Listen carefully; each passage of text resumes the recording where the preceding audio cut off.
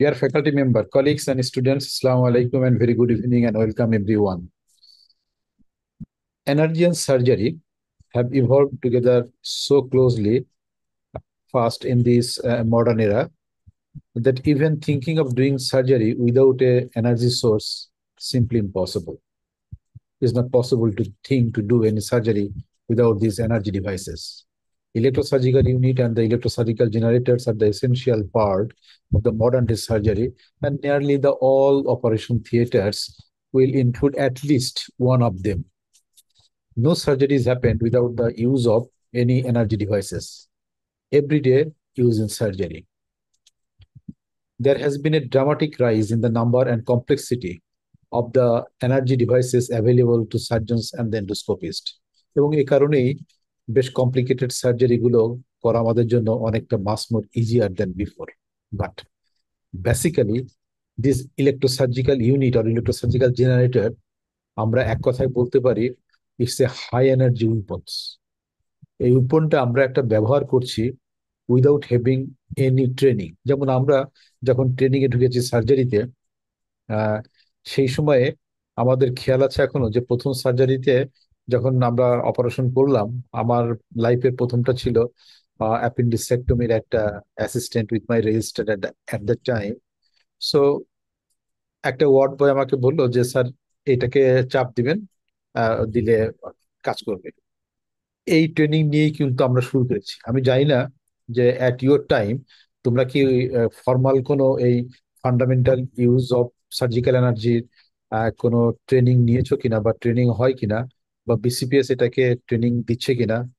I don't have any idea about it, but it's very very very very essential. কারণ বাইরের maximum কান্ট্রিগুলোতে এখন এই fundamental use of surgical energy কোনো training ছাড়া কিন্তু বা কোনো ট্রেনিংই কমপ্লিট না এবং সার্টিফিকেশনটা সম্ভব না। সো এইটার জন্য সেজেজের একটা ভালো ভূমিকা আছে। তাদের একটা ওয়েবসাইট আছে এবং that is free to subscribe. সেখানে গিয়ে you can learn yourself. So you can log in. ওদের ডাইডাক্টিক যে সেশনগুলো আছে, সেশনগুলো যদি তুমি পার্টিসিপেট করো বা যে কোনো কেউ আমাদের সার্জনরাও, তো সো মানে you can assess yourself. যে তারা প্রথমে একটু ডিকটেট করবে, পরে কোশ্চেন আনসার সেশন হবে, এবং সেই কোশ্চেন আনসার সেশনে তুমি কতটুকু কত স্কোর করলে ওরা তোমার সঙ্গে সঙ্গে বলে দিবে। It's a very good system. It is open for all, so you can try for it. Certainly, surgeons have knowledge gap in the safe use of the energy devices. To use them safely, the knowledge on the principles of surgical energy and its safety is very, very important. All diathermy-related injuries are preventable injuries. Certainly, it's a preventable. এর কিন্তু medico legal issues আছে এবং লিটিগেশনও অনেক সার্জনসকে, অনেক hospital অথরিটিকে এর জন্য face করতে হয়। Today we have many surgeons who will share their lifetime experiences about the using of these energy devices in their practice. I hope you will enjoy the session and we will have a very wonderful time with us. Dear students, it is your platform. You have the equal opportunity to participate. Please participate actively and enroll your name for the upcoming presentation, both short and long cases. So no harm to say I don't know. আমরা বারবারই একটা কথা বলি, আমরা এখনো শিখছি। Everyday আমরা যখনই কোনো ক্লাস প্রিপেয়ার করি বা ক্লাস নিতে আসি, তখন আমরা নতুন নতুন করে জিনিস শিখি। এবং এই প্ল্যাটফর্মে যে আলাপগুলো হয়, আমরা ফ্যাকাল্টিদের থেকেও বা যারা প্রেজেন্ট করছেন তাদের থেকেও আমরা অনেক কিছু শিখি। সো এটা কোনো মানে লজ্জার কিছু নেই বা কোনো হেসিটেশন ফিল করার কিছু নেই, বা বলা যে I don't know. Just listen carefully যে ফ্যাকাল্টি কি বলতে যাচ্ছে, কি জানতে চাচ্ছে during an interactive session. Keep an open mind. All faculty here's are very friendly. আমরা কিন্তু সবাই এখানে আছি তোমাদেরকে শেখানোর জন্যই। The aim is only one. We want to see you as a strong surgeon and a safe surgeon in future. So I have nothing to disclose, but the information that usually we provide here, we've taken from the online journals. This is the fuse course from the SAGES guidelines and the seminars. Our today's topic is the fundamental use of electrosurgical devices and the discussion chronology. First, there will be a brief introduction, followed by polling and fundamental use of surgical energy, faculty presentations. That will be a part of it is an interactive session and comment from the faculty member and the brief summary and the take-home message of the day. আমরা চাইবো যে আজকের সেশনটা যতদূর সম্ভব এটাকে interactive করার জন্য। Please put your question in the chat box. Your each and every question will be answered. এখন কোশ্চেনটা হচ্ছে যে হোয়াই দিস টপিক টুডে। আমি তো প্রথমটা শুরু করেছিলাম যে আমাদের ট্রেনিংটা আমাদের একটা ওয়ার্ড বার হাতে দিয়ে শুরু হয়েছিল। তো এখন আমরা যদি একটু দেখি যে সিনারিওটা কেন এবং হোয়াই ইট ইজ ইম্পর্টেন্ট, তাহলে জিনিসটা ভালো বুঝতে পারবো।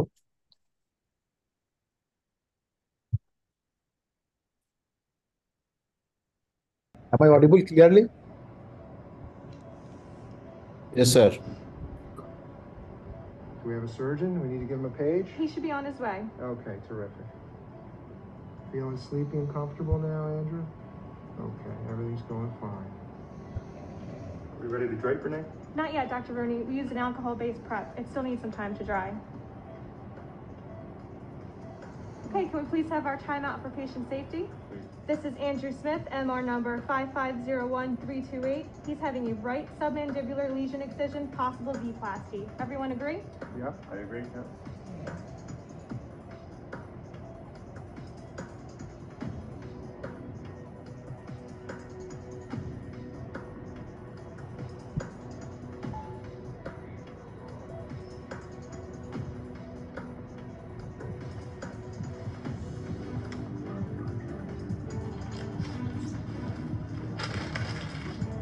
Scalpel, please.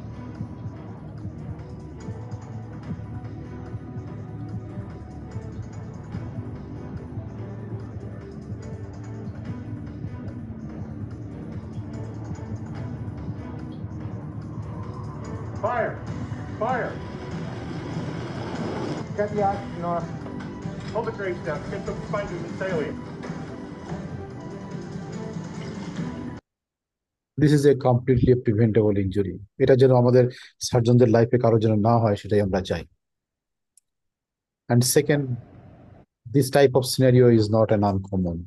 দেখা যায় যে পেশেন্টের যে কোনো সার্জারি হলো আর দিস ডিউ টু এখানে যে প্লেটটা রাখা হয় সেখান থেকে ডায়াথমি বার্ন হয়। সো এটাও পেশেন্টের primary problem is over, but patient is carrying the burden of this diathermy burn for a long time. And another one thing is যে এখন যে মডার্ন সার্জারি গুলো হচ্ছে ল্যাপারোস্কোপিক বা আদার এন্ডোস্কোপিক সার্জারি, তো সেখানেও আমাদের অ্যাডিশনাল সেফটিটা, একটা সার্জারি করতে গিয়ে যদি কোনো কমপ্লিকেশন হয় আর সেই জিনিসগুলো ইজ নট ডিজায়ার। সো এই উইপন্স গুলো আমরা উইপন্স এখানে ভেরি ভেরি ডেঞ্জারাস।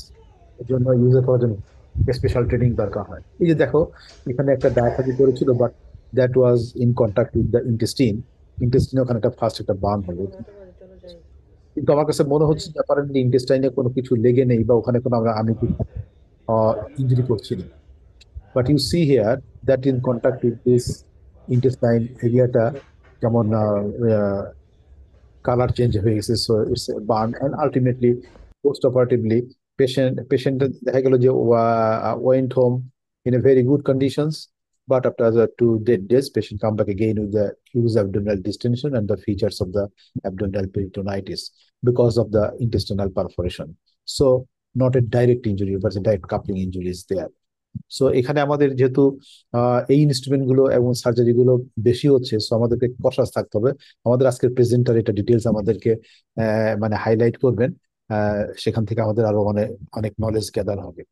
সো আমাদের আজকের মেইন টপিকস এর কথা আমি আবার ফিরে আসি যে কেন বারবার বলছি যে hundreds of operation room fires in the US annually, 40,000 of the patients burned by the faculty, 40 electrosurgical devices annually, and up to 70% of the electrosurgical burns undetected at the time of the injury, and about the 18% of the American College of Surgeon Fellows had experienced electrosurgical related injury, and nearly $600 million paid in claims for electrosurgical injuries in 1990. So it's a huge amount in their country. So আমাদের সামনেও কিন্তু এই problem গুলো আমাদেরকে অনেক face করতে হবে, অনেক লিটিগেশন ফেস করতে হবে এবং অনেক বিকজ অফ দিস কমপ্লিকেশন। এখন আমরা যদি দেখি এর নিয়ে অনেক স্টাডি হয়েছে, যে নলেজ অ্যাসেসমেন্ট করা হয়েছে যে এই এনার্জি ডিভাইসেস সম্পর্কে কতটুকু ধারণা আছে। সো এখানে দেখা গেছে যে অনলি 10% অফ দ্য সার্জনস যাদের have got an idea about this safe use of the electrosurgical devices, only the 10%।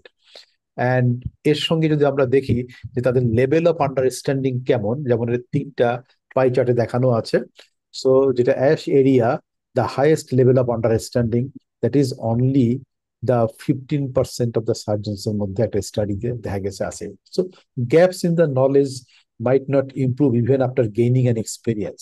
So এক্সপিরিয়েন্সের সঙ্গে হয়তো হবে, বাট কিন্তু এই নলেজ গ্যাপটা যদি প্রথম থেকেই রয়ে যায়, আমরা যদি এই ট্রেনিং পিরিয়ডে আমাদের যারা ট্রেনি আছে বা রেসিডেন্টস আছে, তারা যদি এই নলেজ গ্যাপটা ফিল আপ না করতে পারে, তাহলে কিন্তু গ্যাপটা কিন্তু রয়েই যাবে, এটা কিন্তু ফিল আপ হবে না।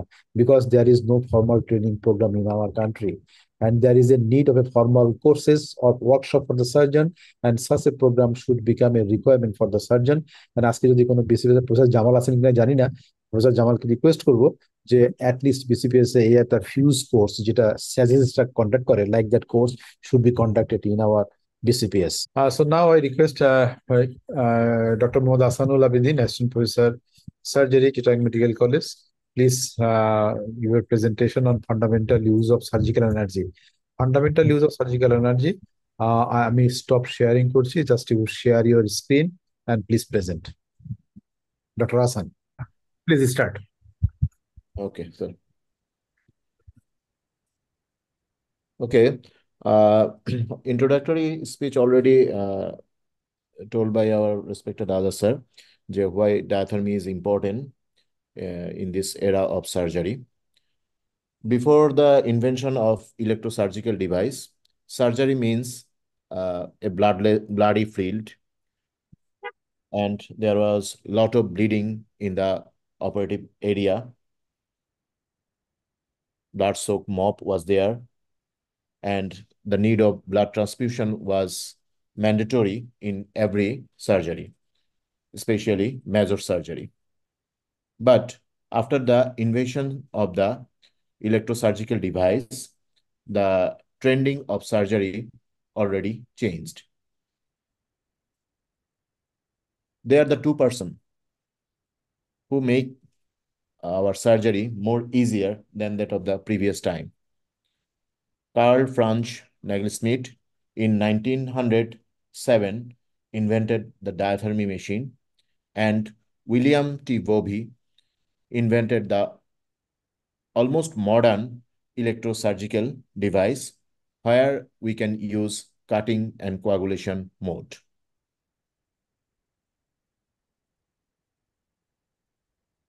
So, modern surgery with electrosurgical device, you can see the clean operative field.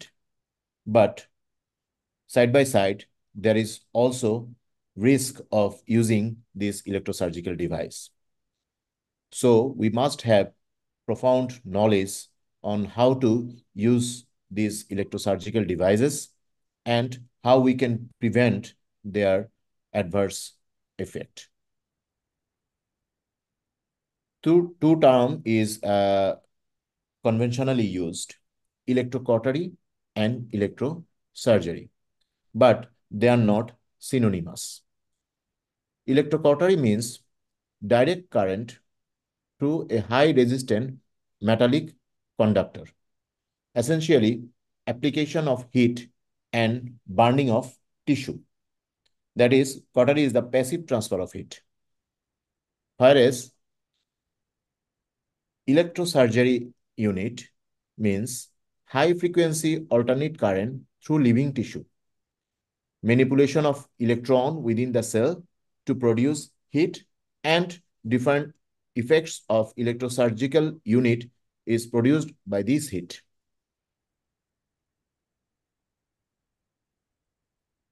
So what are the types of energy used in surgery? Most commonly, we use radio frequency energy. There are also laser, microwave, ultrasound, and cautery is almost obsolete now. These are some common terms used in our lecture. That is, instrument means monopolar and bipolar, and different types of tissue effects like vaporization, cutting or linear vaporization, desiccation or coagulation, and fulguration. And in case of electrode, we will use active and dispersive electrode.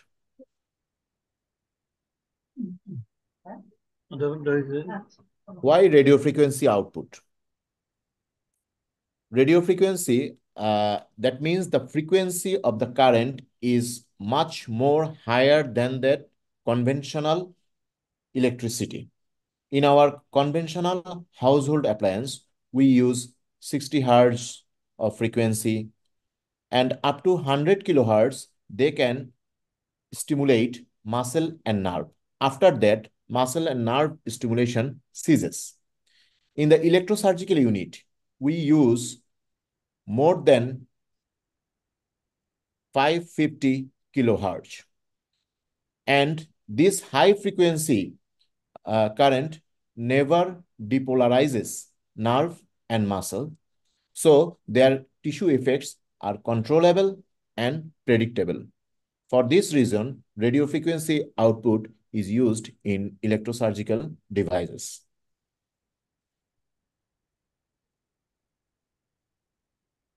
এটা আমরা মোটামুটি সবাই জানি যে একটা ইলেকট্রোসার্জিক্যাল ইউনিটের যে সার্কিটটা সেখানে আমরা কি কি পাচ্ছি।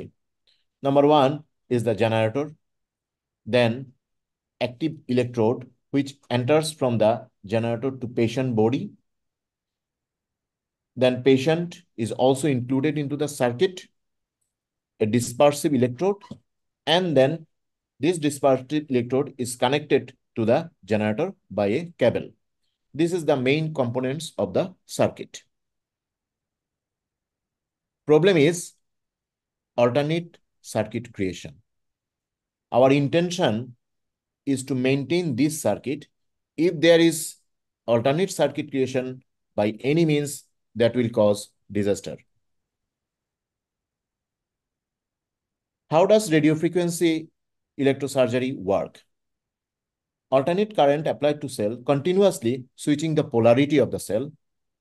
So intracellular ion oscillate. It results in frictional forces within the cell that ultimately elevate the cell temperature, used to create cellular and tissue effects. These are the effects: vaporization, desiccation or coagulation, and fulguration.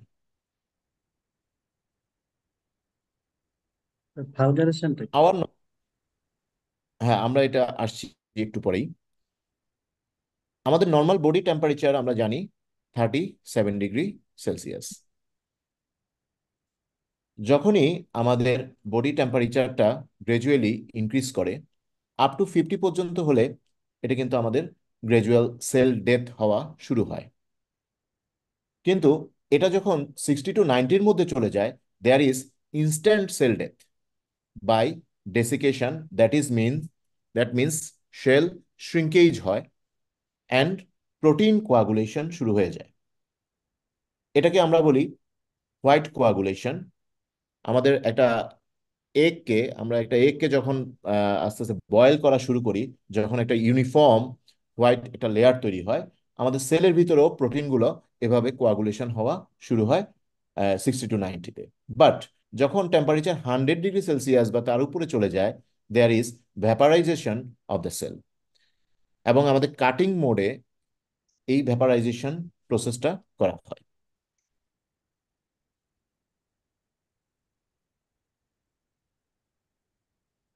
এখানে আমরা দেখতে পাচ্ছি যখন আমাদের টেম্পারেচারটা 100-এর নিচে থাকে, তখন অসিলেটরি মুভমেন্টস হয় of the electrons within the cell, এবং ওয়াটারটা আস্তে আস্তে বের হয়ে যায়। বের হয়ে গেলে সেল শ্রিঙ্কেজ হওয়া শুরু হয়, দ্যাট ইজ কল্ড ডেসিকেশন। কিন্তু যখন 100-এর উপরে চলে যায়, তখন সেল মেমব্রেনটাই রাপচার হয়ে যায়, আলটিমেটলি ভ্যাপারাইজেশন অকার্স।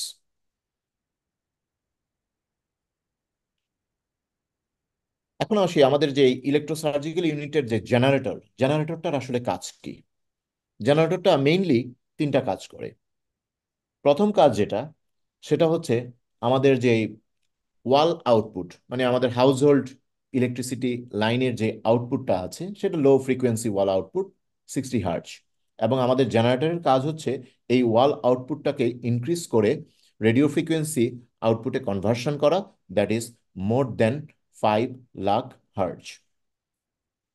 সেকেন্ড কাজ হচ্ছে adjustment of wattage and indirectly voltage. আমরা ইলেকট্রোসার্জিক্যাল ইউনিট এখানে আমরা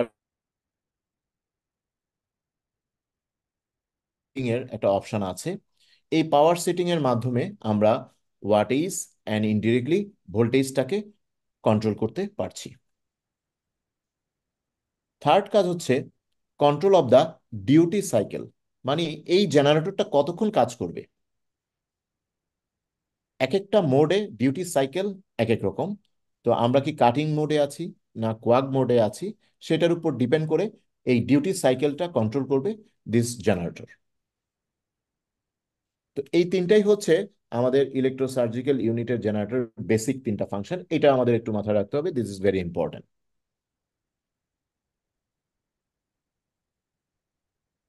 আমরা যদি আসি basic wave form, basic wave form যেটা ফার্স্টে যেটা হচ্ছে কাট মোড।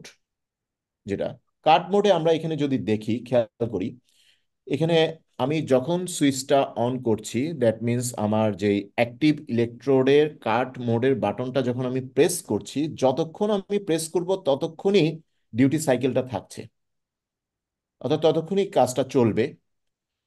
তবে এটা খুব low voltage continuous current.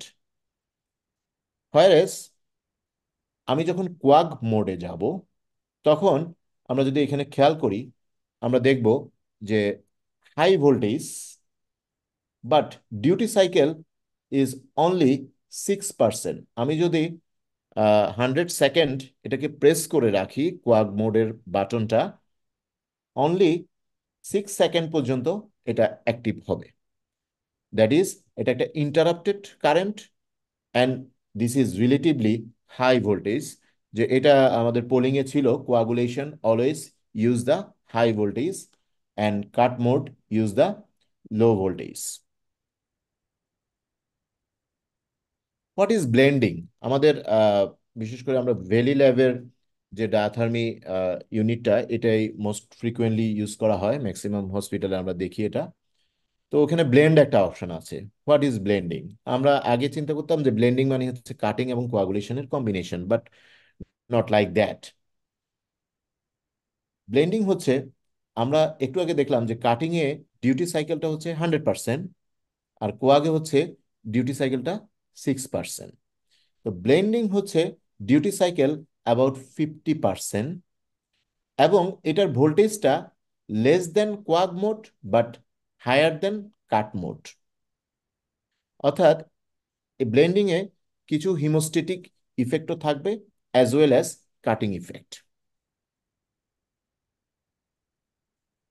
Now another important issue is collateral tissue damage.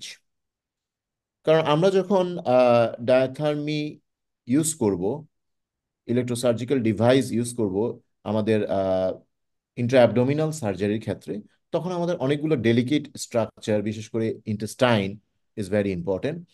এবং এই আবার যখন আমরা ল্যাপারোস্কোপিক কোলিসিস্টেক্টমি করছি, তখন আমাদের common bile duct is very important structure. So there is chance of collateral tissue damage, and if it passes unnoticed, then patient will deteriorate from third or fourth postoperative day. So এই কোলাteral tissue damage বোঝার জন্য আমাদের একটা জিনিস মাথায় রাখতে হবে যে voltage is proportional to tissue damage. এবং আমরা একটু আগেই জেনেছি কাট মোডে ভোল্টেজটা কম, coag mode high voltage use করে। তাহলে আমরা যদি দেখি cut mode low voltage, high temperature, duty cycle 100%, কিন্তু এটাতে মাইল্ড কোলাteral টিস্যু ড্যামেজ যেহেতু এর ভোল্টেজটা কম। Whereas blend and other variables moderate collateral tissue damage। এবং কোয়াগ মোডে আমরা জানি যে আমরা অত্যন্ত হাই ভোল্টেজ ইউজ করা হয় এবং সেখানে হাইয়েস্ট কোলাteral টিস্যু ড্যামেজের চান্সটা বেশি। এটা আমরা অলমোস্ট সবাই জানি যে মনোপোলার এবং বাইপোলার, এখানে আমি আর খুব একটা বেশি বলছি না। মনোপোলারে আমরা জানি যে সার্কিটটা একটা অ্যাক্টিভ ইলেকট্রোড দিয়ে পেশেন্টে যাবে, পেশেন্ট থেকে ডিসপার্সিভ ইলেকট্রোডে যাবে, then again turns back to generator. আর বাইপোলারের ক্ষেত্রে আমরা দুটো অ্যাক্টিভ ইলেকট্রোড ইউজ করা হয় এবং এখানে কোনো ডিসপারসিভ ইলেকট্রোড পেশেন্টের সাথে কন্ট্যাক্টে থাকে না। আমরা যদি দেখি প্রথম 1 নম্বর ছবিটা কিসের স্টুডেন্টরা? Monopolar diathermy. Monopolar. Second one Bipolar. Bipolar ডায়াথার্মির ফোর্সেপটা। Third one ligation. Advanced bipolar. Ligasure. Ligasure, sir. Advance bipolar. Okay, এখানে আমরা যদি দেখি ওয়ার্কিং সার্কিটটা দেখানো হয়েছে মনোপোলার ডায়াথার্মিতে। নাম্বার 1, এটা কি structure? Diathermy unit. Number 2, Active cable. Active cable. Number 3, active electrode. Active very good. Number 4, passive. Patient plate, sir. Patient plate. Patient Patient plate. plate. আমরা লেকচারের শুরুতে Dispersive আমরা বলেছি electrode. আমরা ডিসপারসিভ ইলেকট্রোড টার্মটা ইউজ করছি। এন্ড নাম্বার 5 হচ্ছে ডিসপারসিভ। ডিসপারসিভ কেবল। তাহলে আমার এইটাই হচ্ছে আমার ইন্টেন্ডেড সার্কিট। এই সার্কিটটা আমাকে মেনটেন করতে হবে, কোনোভাবে যেন কোনো অল্টারনেট সার্কিট ক্রিয়েট না হয়, এই বিষয়ে আমাদেরকে কশাস থাকতে হবে। এটা আমরা অলরেডি ডিসকাস করেছি। এখন বাইপোলার ফোর্সেপ ইউজ করার ক্ষেত্রে একটা জিনিস আমাদের মাথায় থাকতে হবে, যেহেতু এখানে কোনো ডিসপারসিভ ইলেকট্রোড পেশেন্টের বডির কন্ট্যাক্টে নেই, এখানে আমাদের যে ফোর্সেপসের দুটা পার্ট, একটা অ্যাক্টিভ ইলেকট্রোড আর একটা ডিসপারসিভ ইলেকট্রোড হিসেবে কাজ করে। তো আমরা টিস্যু ধরার সময় এমনভাবে ধরতে হবে, যদি আমরা ওভার কম্প্রেশন করি আমাদের, তাহলে অ্যাক্টিভ অ্যান্ড ডিসপারসিভ ইলেকট্রোড যদি কন্ট্যাক্টে চলে আসে তাহলে কিন্তু আমাদের টিস্যুর উপর কোনো কাজ করবে না, টিস্যুকে বাইপাস করে ফেলবে, কারেন্টটা টিস্যুকে বাইপাস করে চলে যাবে। এজন্য বাইপোলার ফোর্সেপস দিয়ে আমরা টিস্যু হোল্ড করার সময় জেন্টলি প্রেস করতে হবে, ওভার কম্প্রেশন করা যাবে না, এবং আমাদের দুটো ইলেকট্রোডের মাঝখানে অবশ্যই টিস্যু থাকতে হবে, একটা ইলেকট্রোড আরেকটা ইলেকট্রোডকে যেন টাচ না করে। এখন সাপোজ আমাদের অস্পিতে একটা ডায়াথার্মি ইউনিট আনা হলো, পেশেন্ট শুয়ে আছে। স্যার আরেকবার বলবেন স্যার। কোনটা? যে বাইপোলার ফোর্সেপ কাজ করার সময় ফোর্সেপটাকে ওভার কম্প্রেস করা যাবে না। ওভার কম্প্রেস করলে ফোর্সেপের দুটা পার্ট, মানে দুটো ইলেকট্রোড যদি টাচ করে ফেলে তাহলে সার্কিট তৈরি হয়ে যায় এবং টিস্যুকে বাইপাস করে ফেললো, অর্থাৎ টিস্যুর উপর কোনো ইফেক্ট হলো না। এটা করা যাবে না, কারেন্টটা অ্যাক্টিভ থেকে ডিসপারসিভ ইলেকট্রোডে সরাসরি চলে গেল, টিস্যুকে বাইপাস করে ফেললো। এই জন্য ওভার কম্প্রেশন করা যাবে না, এমনভাবে কম্প্রেস করতে হবে যেন ইন বিটুইন অবশ্যই টিস্যু থাকে, তাহলে টিস্যু ইফেক্টটা আমরা পাবো। এইটা দেওয়া হলো যদি আপনাকে অস্পিতে বলা হয় যে একটা ডায়াথার্মি ইউনিট আছে, পেশেন্টও শুয়ে আছে, এটাকে আপনাকে বললো যে সার্কিটটা কমপ্লিট করেন সিকোয়েন্সিয়ালি, কোনটার পর কোনটা করতে হবে, কেউ কি বলতে পারবে? ফার্স্টে আমি কি স্যার আগে পেশেন্ট প্লেটটা দিব, তারপর স্যার ডিসপারসিভ কেবলটা লাগাবো ইউনিটের সাথে, তারপর স্যার অ্যাক্টিভ কেবলটা কানেক্ট করব। গুড। তাহলে আমাদের first connect the patient plate বা dispersive electrode to the patient, এরপর আমি ডিসপারসিভ কেবলটা লাগাবো, এরপরে আমি ডায়াথার্মিটা সুইচ অন করব, এবং আমাদেরকে দেখতে হবে, আমরা আমরা জানি যে এটা লাগানোর পরে REM একটা লেখা আসে, যেখানে আমরা একটা রেড লাইট অথবা গ্রিন লাইট, এই দুটা যদি যদি ডিসপারসিভ ইলেকট্রোডের কানেকশন ঠিক থাকে তখন এখানে গ্রিন লাইট শো করবে। REM মানে হচ্ছে রিটার্ন ইলেকট্রোড মনিটর, অর্থাৎ ডিসপারসিভ ইলেকট্রোডকে মনিটর করছে। এটা যদি কারেক্ট হয় that will show green light, আর এটা যদি ইনকারেক্ট কানেকশন থাকে that will show red light. Red light হলে আমরা কিন্তু অ্যাক্টিভ ইলেকট্রোডকে লাগাবো না, আমাদেরকে আগে ওটা ঠিক করতে হবে। এরপরে আমি লাস্টলি অ্যাক্টিভ ইলেকট্রোডকে কানেক্ট করব এবং অ্যালার্মটা সাইলেন্সিং হবে, কারণ যতক্ষণ পর্যন্ত আমি অ্যাক্টিভ ইলেকট্রোড না লাগাচ্ছি ততক্ষণ কিন্তু ওখানে অ্যালার্ম বাজতে থাকবে। আচ্ছা, এখন আসি আমাদের এই যে ডিসপারসিভ ইলেকট্রোড বা পেশেন্ট প্লেট যেটাই বলি না কেন, সেটা কিন্তু লাগানোর কিছু সিস্টেম আছে। এটার জন্য আমাদের একটা জিনিস মাথায় থাকতে হবে যে লো কারেন্ট ইন্টেন্সিটি এবং হাই কারেন্ট ইন্টেন্সিটি। যত অ্যাপেক্সের দিকে যাবে আমি যদি আমরা ছোটবেলায় যে ম্যাগনিফাইং গ্লাস দিয়ে খেলার সময় যেটা দেখতাম, এভাবে সানলাইটের এগেনস্টে ধরা হলো, ধরার পরে রেগুলা যত পয়েন্টেড থাকবে তত ইন্টেন্সিটিটা বেশি এবং ওখানে টেম্পারেচারটা অনেক বেশি হয়ে আগুন ধরে যায়। কিন্তু এটা যদি একটু ডিফিউজ থাকে তাহলে কিন্তু এখানে কোনো বার্ন হবে না। তো আমাদের যখন ডিসপারসিভ ইলেকট্রোডটা লাগাতে হবে তখন আমাদের খেয়াল রাখতে হবে এটা যেন একটা ব্রড সারফেস এরিয়াতে লাগানো থাকে। কারণ যদি এটা এরকম হয়, এখানে আমাদের লেফট সাইডে যে সেকেন্ড ছবির মধ্যে দেখা গেল যে ডিসপারসিভ ইলেকট্রোডটা একটু ছুটে গেছে, ছুটে যাওয়ার পরে তাহলে কিন্তু এই স্মল এরিয়ার মধ্যে কারেন্ট ইন্টেন্সিটিটা বেড়ে যাবে, হাই কারেন্ট ডেন্সিটি বা হাই কারেন্ট কনসেন্ট্রেশন হবে, টেম্পারেচার অনেক বেশি বেড়ে যাবে, that will cause diathermy burn. তাহলে এটা লাগানোর সময় আমাকে অবশ্যই খেয়াল রাখতে হবে। এবং এখানে আমাদের পোলিং এ যে কোশ্চেনটা ছিল যে আমাদের এই ডিসপারসিভ ইলেকট্রোডের সাইজটা বা পেশেন্ট প্লেটের সাইজটা in case of adult it should be 100 centimetre square, আর পেডিয়াট্রিক্সে এটা 70 to 80 সেন্টিমিটার স্কোয়ার হবে। আচ্ছা, এখন আসি আমরা আমাদের মেশিনটা নিয়ে। আমরা এইটা আমরা সবাই আমাদের কাছে পরিচিত যে বেলি ল্যাবের ডায়াথার্মি ইউনিটে এই ছবিটা থাকে, বাইপোলারের এই তিনটা মোড আছে। Can you say what do you mean by precise, standard and macro? Precise is sir fine bipolar tissue desiccation, আর যেটা স্ট্যান্ডার্ড ওটা স্যার ডিফল্ট, আর যার ম্যাক্রোটা স্যার বাইপোলার কাটিং স্যার। হ্যাঁ, বাইপোলার কাটিং, মাইক্রোটা বাইপোলার কাটিং মিনস এখানে অনেক বেশি টিস্যু নেওয়া হয় এবং এটা কাটিং ইফেক্টটা পাওয়া যায়। গুড। এটা কি কাট মোডে, যখন আমরা মনোপোলারের কাট মোড, সেখানে লো, পিওর অ্যান্ড ব্লেন্ড। যেটা স্যার লো ওটাতে স্যার স্পার্কলিং কম হবে স্যার, আর যেটা পিওর মোড ওটাতে স্যার ইভেন কাট হবে, আর যেটা ব্ল্যান্ড ওটাতে স্যার স্লো কাটিং হবে স্যার, সাথে হিউমেস্টেসিস হবে স্যার, এডিশনাল হিউমেস্টেসিস। ইয়েস।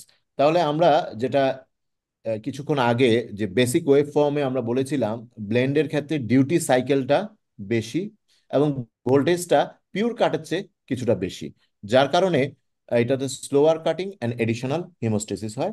স্ট্যান্ডার্ড হচ্ছে পিওর কাটটা, এবং যেখানে খুব বেশি ডেলিকেট স্ট্রাকচার থাকে, যেমন আমি যখন ল্যাপারোস্কোপিক কোলিসিস্টেক্টমি করছি তখন যখন আমি ক্যালোস ট্রায়াঙ্গেলে ডিসেকশন করছি, যদি আমি ওখানে হুক ইউজ করি, মনোপোলার ডায়াথার্মির হুকটা ইউজ করি, সেক্ষেত্রে কিন্তু আমি লো কাটটা প্রেফার করব। কারণ ওখানে আমার উদ্দেশ্য থাকবে কোনোভাবে যেন সিবিডিতে ইনজুরিটা না হয়, কোনো ধরনের স্পার্কলিং যেন না হয়। ওয়ার্ক মোডে এই যে তিনটা ফর্ম আছে, ডেসিকেট, ফালগারেট অ্যান্ড স্প্রে, তিনটা মোড আছে। এই তিনটা ফর্ম মিনিং হচ্ছে, ডেসিকেটটা আমরা আমরা প্রথমেই যে টিস্যু ইফেক্টের মধ্যে বলেছি, ডেসিকেশন মিন্স সেল শ্রিঙ্কেজ হয়, ওয়াটারটা বের হয়ে যায় সেল থেকে এবং সেলটা শ্রিঙ্কেজ হয়। আমরা যখন ডাইরেক্ট কন্ট্যাক্টে থাকে অ্যাক্টিভ ইলেকট্রোডটা তখন আমরা টিস্যু ডেসিকেশন করি। ফালগারেট এবং স্প্রে মোড এটা কিন্তু নন কন্ট্যাক্ট মোড, এখানে কিন্তু অ্যাক্টিভ ইলেকট্রোডটা সরাসরি টিস্যুকে টাচ করবে না। Select to fulgurate any area of tissue with spray of spark, তবে এখানে এরিয়াটা একটু কম হবে in comparison two spray mode. Spray মোডে যেমন আমি যদি লিভার রিসেকশন করা হয়, সেক্ষেত্রে লিভারের যে র এরিয়া, যখন হেপাটিক রিসেকশন করা হবে যে র এরিয়া, ওখানে আমি চাচ্ছি যে স্প্রে মোডটা আমাকে ইউজ করতে হবে, এবং wide area of spray of sparks যদি ইউজ করা হয় সেখানে কিন্তু বার্ন হবে, তবে এটা কিন্তু less deep tissue area is burn, কিন্তু স্কোয়ার মানে স্কোয়ার সেন্টিমিটারে সেটা এরিয়াটা বেশি, ডিপের দিকে কম হবে। ফালগারেটটা আরেকটু বলুন। ফালগারেট এবং স্প্রে মোটামুটি কাছাকাছি জিনিস, ফালগারেশনে স্প্রে এরিয়াটা কম। কিন্তু স্প্রে মোডে একটা ওয়াইড এরিয়া কভার করে, তবে পেনিট্রেশনটা লেস ডিপ, এটাই। এবং ফালগারেট এবং স্প্রে মোড দোনোটাই হচ্ছে নন কন্টাক্ট মোড, মানে আমি এখানে অ্যাক্টিভ ইলেকট্রোডটা সরাসরি টিস্যুকে টাচ করবে না, টিস্যু থেকে ফিউ মিলিমিটার একটু উপরে থাকবে। ফালগারিতে কি স্টেট থেকে পেনিট্রেশন বেশি হবে? বুঝি নাই। ফালগারিতে কি ফালগারিট মোডে কি স্প্রে মোডের থেকে পেনিট্রেশনটা বেশি হবে? একটু বেশি হবে, একটু বেশি হবে।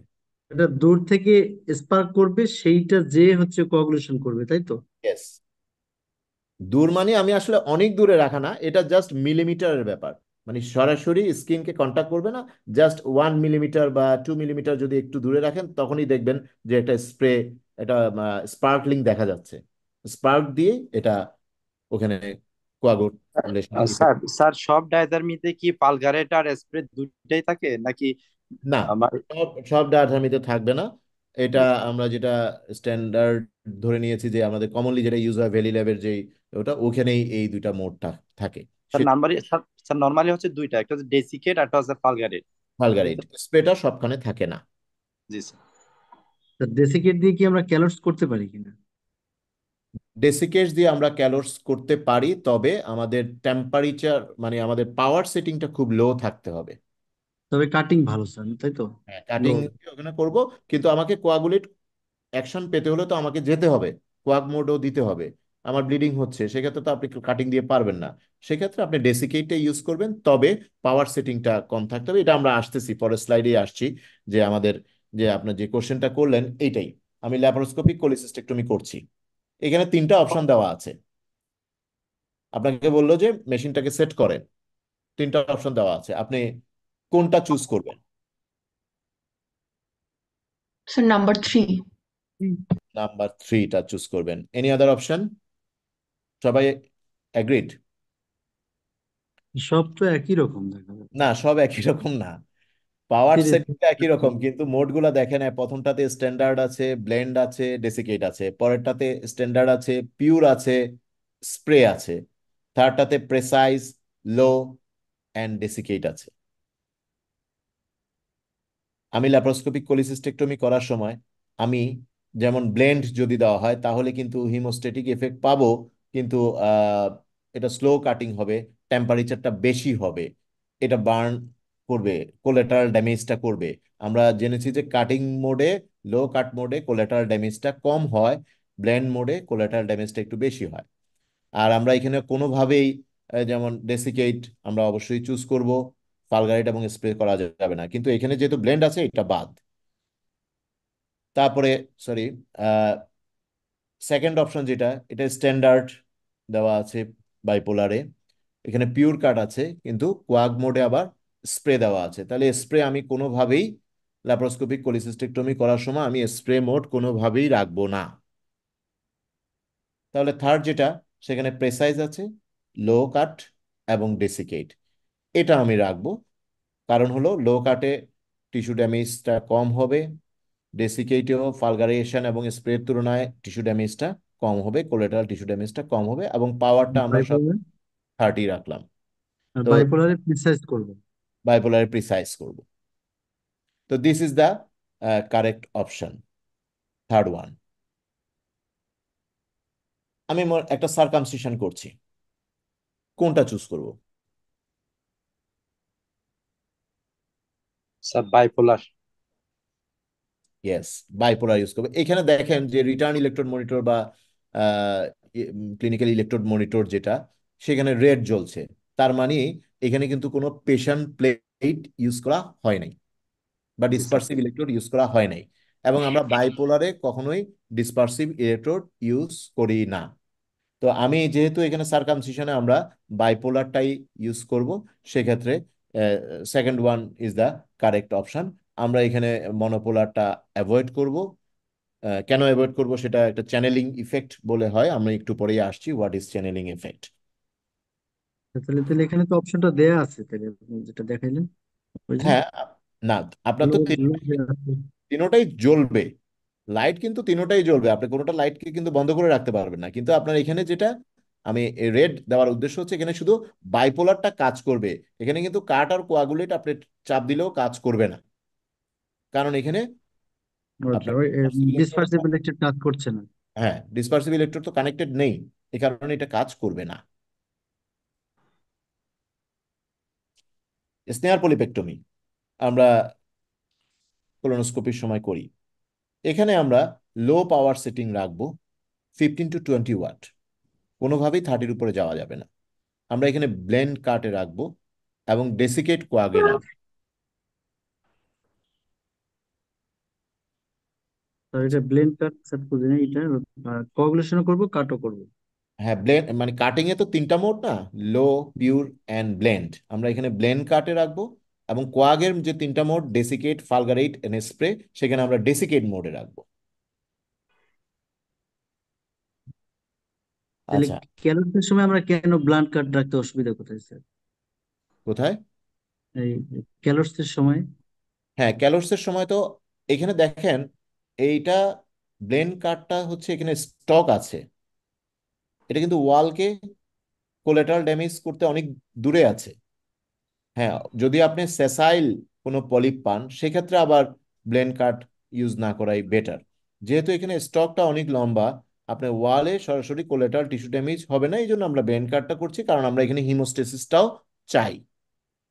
কারণ পলিপে যদি ব্লিডিং হয়, ওটা কন্ট্রোল করা খুব ডিফিকাল্ট, সে কারণে আমি ব্লেন্ড কাট এখানে ইউজ করছি। এটা একটা কমন সিনারিও। আমরা ইনসিশন দিচ্ছি, একটা ব্লিডিং ভেসেল পেলাম, ব্লিডিং ভেসেল না, আমি একটা ভেসেল দেখলাম আর কি। তা আপনি এখন আমরা ভেসেলটাকে কিভাবে হ্যান্ডেল করব? আমরা কি কোয়াগ মোড ইউজ করব নাকি কাটিং মোড ইউজ করব? Cutting cutting mode. Mode use করবো। Coagulation sir. Coagulation sir, coagulation. Coagulation. Cutting notes. এখানে কাটিং একটু, মোড বেটার স্যার। আচ্ছা কাটিং এখানে, মোড। ওকে, এখানে একটু কন্ট্রোভার্সি কোয়াগুলেশন। আছে। এটা একটু অনেকেই কোয়াগ মোড বলছেন, কেউ কেউ কাটিং বলছেন। তো এটা আমি যেটা রেফারেন্স যেটা, সেটা হচ্ছে যে স্যাজেজের যে ফিউজ গাইডলাইনের উপর একটা বই আছে এবং কোর্সও আছে। বইতেও আপনারা দেখতে পারবেন, বা ইউটিউবে আপনার কোর্সেও জয়েন করতে পারবেন। সেখানে যেটা বলা হচ্ছে, কাটিং মোডটা প্রেফারেবল। কিন্তু কেন? কারণ এখানে একটা ভ্যাসেল আছে, আমরা চাই যে ভ্যাসেল সিলিং ইফেক্টটা ভালো হোক। ভ্যাসেল সিলিং এর জন্য ভ্যাসেলের মধ্যে ইলাস্টিন কোলাজেন। এবং কোলাজেন, এই প্রোটিনগুলো আছে। আমরা চাই এই প্রোটিনটার হোয়াইট কোয়াগুলাম তৈরি হোক, অর্থাৎ ইউনিফর্মলি প্রোটিনটা কোয়াগুলেশন হোক। এবং ইউনিফর্ম কোয়াগুলেশন হতে হলে আমরা যে ওয়েভ ফর্মটা, we want low voltage continuous current. Low voltage continuous কারেন্টে ইউনিফর্ম কোয়াগুলেশন হবে, ভ্যাসেল সিলিংটা প্রপারলি হবে। কিন্তু যদি হাই ভোল্টেজ হয়, ইন্টারাপ্টেড হয়, আমরা যে কোয়াগ মোডে আমরা জানি যে 6% of the duty cycle high voltage, এতে করে দেখা যাবে যে ভ্যাসেলের যেই ইলাস্টিন অ্যান্ড কোলাজেন ফাইবার যেগুলো প্রোটিনটা আছে, এটা কোনো কোনো জায়গায় হচ্ছে, কোনো কোনো জায়গায় হচ্ছে না। এ কারণে পারফেক্ট ভ্যাসেল সিলিংটা হবে না। For this reason, we use the cart mode. Sir তাহলে আমরা তো প্র্যাকটিক্যালি যেটা করা হয় সব সময় কিন্তু যে, যেমন Coag mode। ইন্ট্রাঅ্যাবডোমিনাল যেগুলো স্ট্রাকচার, সেখানে কিন্তু আমরা তো কোয়াগুলেশনটাই চাপ দিই সব সময়। এখানে ইন্ট্রা অ্যাবডোমিনাল স্ট্রাকচারের মধ্যে এখন আপনার একটা লিম নোডের ওইখান থেকে আসতেছে, কিন্তু আপনি প্রেসাইসলি যদি ভ্যাসেলটা ধরতে পারেন, এটা বলা হচ্ছে ভ্যাসেল সিলিং এর জন্য। এখন একটা ওমেন্টামের ওখান থেকে একটু ব্লিডিং হচ্ছে, সেক্ষেত্রে কিন্তু আপনি প্রেসাইসলি ওই ক্যাপিলারি ব্লিডিং এর ক্যাপিলারিটাকে আপনি ধরতে পারবেন না, তখন আপনি কোয়াগ মোডে যাবেন। কিন্তু একদম হার্নিয়া অপারেশন করছেন, আপনি দেখলেন জি যে সুপারফিশিয়াল ভেইন গুলো দেখা যাচ্ছে সুন্দর করে, আপনি জি। একদম প্রেসাইসলি ভেইনটাকে ধরতে পারলেন, সেক্ষেত্রে কিন্তু আপনাকে কোয়াগ মোডের চেয়ে কাট মোডে যদি দেন, তাহলে স্যার কিন্তু কোয়ালিটি। বাস্তবে ওই ভেন ধরে আমরা যদি কাটিং দিই তখন তো ব্লিডিং হয় স্যার, তখন তো ওটা না কোয়াগুলেট দিলে যেমন। না, আপনি ভেইন ধরলেন, প্রেসাইসলি ভেইন ধরে আপনি দিয়ে দেখেন, এটা হয় না। স্যার মানে আমরা যেটা বলছি স্কিন ইনসেশন, যে আমরা যদি কাটিং দিই, আমরা অনেক সময় দেখা যায় ল্যাপারটমির সময় ব্লেড না ইউজ করে হ্যাঁ আমরা কিন্তু এই ডায়াথার্মি দিয়ে করি। এটাতে হিলিং এ কোনো প্রবলেম হয় কিনা নো, অ্যাকচুয়ালি? এটা অনেকগুলো স্টাডি আছে, এটাতে হিলিং এর কোনো প্রবলেম হবে না। তখন যখন আমরা কাটি সেই ভেইনটা তো সিল হচ্ছে না তখন, তাইলে কেন হচ্ছে ওখানে না তো সেটা? আপনি সরাসরি ভেইন পাচ্ছেন না, আপনি ওখানে ক্যাপিলারি পাচ্ছেন। না মানে আমি যখন হার্নিয়াতে আমরা যখন যখন ইনসিশন কাটি স্যার, তখন অনেক সময় আমরা কাটি তখন তখন তো ব্লিডিং হয় স্যার। ব্লিডিং ওটা হয় তো, যদি আবার যেমন কোয়াগুলেট দিয়ে কাটি স্যার হার্নিয়া। কখনো ভিতরে, মানে জাস্ট স্কিনটা স্ক্যালপেল দিয়ে কাটার পরে, তখন হুম। কিন্তু কোয়াগুলেট দিয়ে কাটলে ব্লিডিং হয় না স্যার। এখানে আপনাকে কাটার কথা বলা হচ্ছে না, এখানে আপনি একটা ভ্যাসেল দেখলেন, ভ্যাসেলটাকে ফোর্সেপস দিয়ে ধরা হচ্ছে, ধরার পরে আপনি কাট মোড ইউজ করবেন না কোয়াগ মোড ইউজ করবেন ফর ভ্যাসেল সিলিং, সেক্ষেত্রে আপনাকে কাট মোড ইউজ করার। কিন্তু ওই ওই ভেসেলটার উপর দিয়েই তো আমি কাট করে আসতেছি মার্ক, কিন্তু দেখা যাচ্ছে ভ্যাসেলের উপর দিয়ে ভেসেলটা। আপনি ফ্যাটি টিস্যু কাটছেন, আপনি ফ্যাটি টিস্যু কাটছেন, ফাসা কাটছেন, ওটা কাটবেন, আপনি কোয়াগ মোড দিয়ে যাবেন। বাট যখন প্রেসাইসলি ভেসেলটাকে ফোর্সেপ দিয়ে হোল্ড করবেন, দেন জি। কোয়ালিটি অফ ভেসেল সিলের জন্য আপনাকে কাট মোডটা ইউজ করার রেফারেন্স হচ্ছে ফিউজ গাইডলাইনে, সেটাই বলা হচ্ছে। এবং এখানে আপনি দেখেন, এই যে লো ভোল্টেজ কন্টিনিউয়াস কারেন্ট দিলে এখানে প্রেসাইসলি শুধু ভেসেলটা ধরা হয়েছে, নো এনি আদার টিস্যু, অন্য কোনো টিস্যু না, সেক্ষেত্রে ভেসেল সিলিংটা ইউনিফর্ম হচ্ছে। কিন্তু ডক্টর হাই ভোল্টেজ মডুলেটেড কারণে ভেসেল সিলিংটা ইন্টারাপ্টেড হচ্ছে। হাসান, এই এখানে আমার মানে স্টুডেন্টদের একটা কনফিউশন হচ্ছে।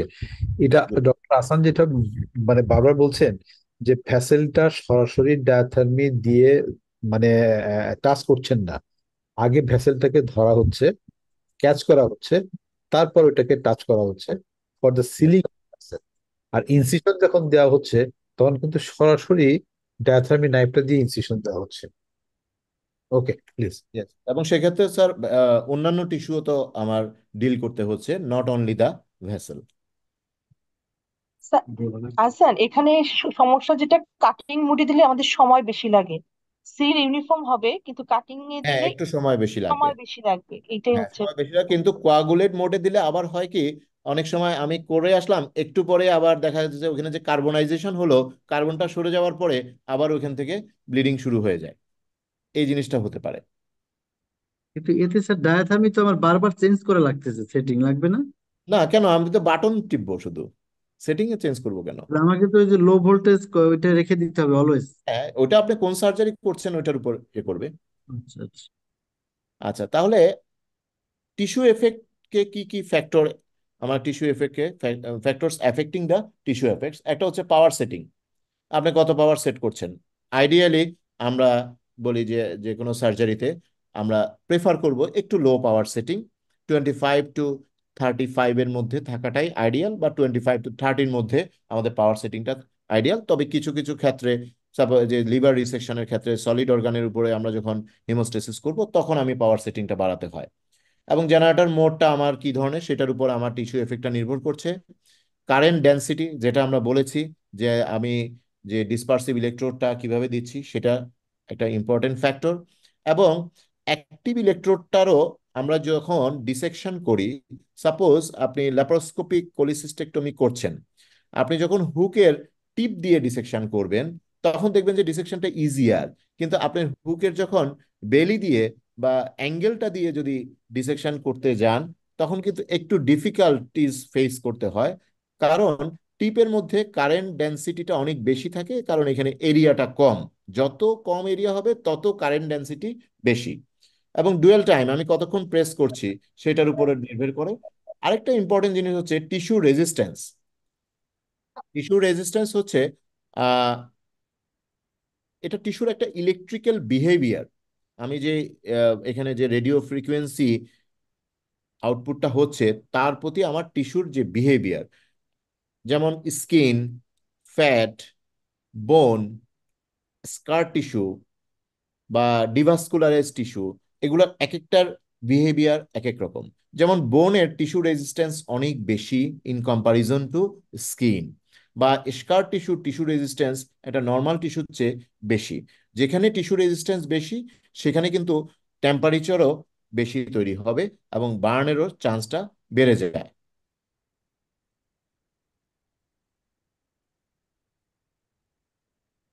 তো এখন আমরা আসি স্যার যে সার্কামসিশনে কি মনোপোলার ইউজ করা যায় না? না করাই একদম। বেটার, না করাই বেটার। সার্কামসিশনে কিন্তু বইয়ে কিন্তু রিকমেন্ডেড না মনোপোলার ইউজ করা।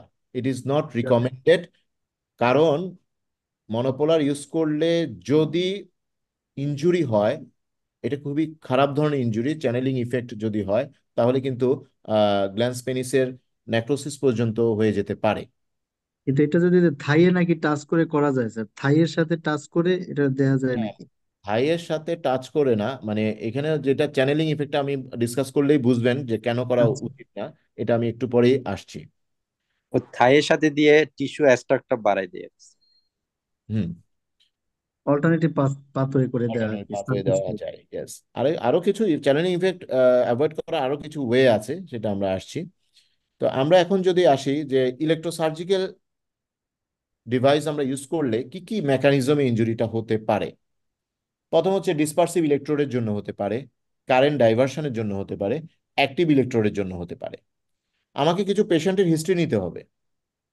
যেমন এই যে পেশেন্টের কোনো ইমপ্ল্যান্টেবল ইলেকট্রনিক ডিভাইস, যেমন একটা পেশেন্টের পেসমেকার আছে কিনা, ককলিয়াতে কোনো ইমপ্ল্যান্ট আছে কিনা, বোনের মধ্যে কোনো ইমপ্ল্যান্ট আছে কিনা, এটা জানতে হবে। ম্যালনিউট্রিশন আছে কিনা, স্টেরয়েড ইউজ করে কিনা, comorbidities like that diabetes, cirrhosis, collagen disease.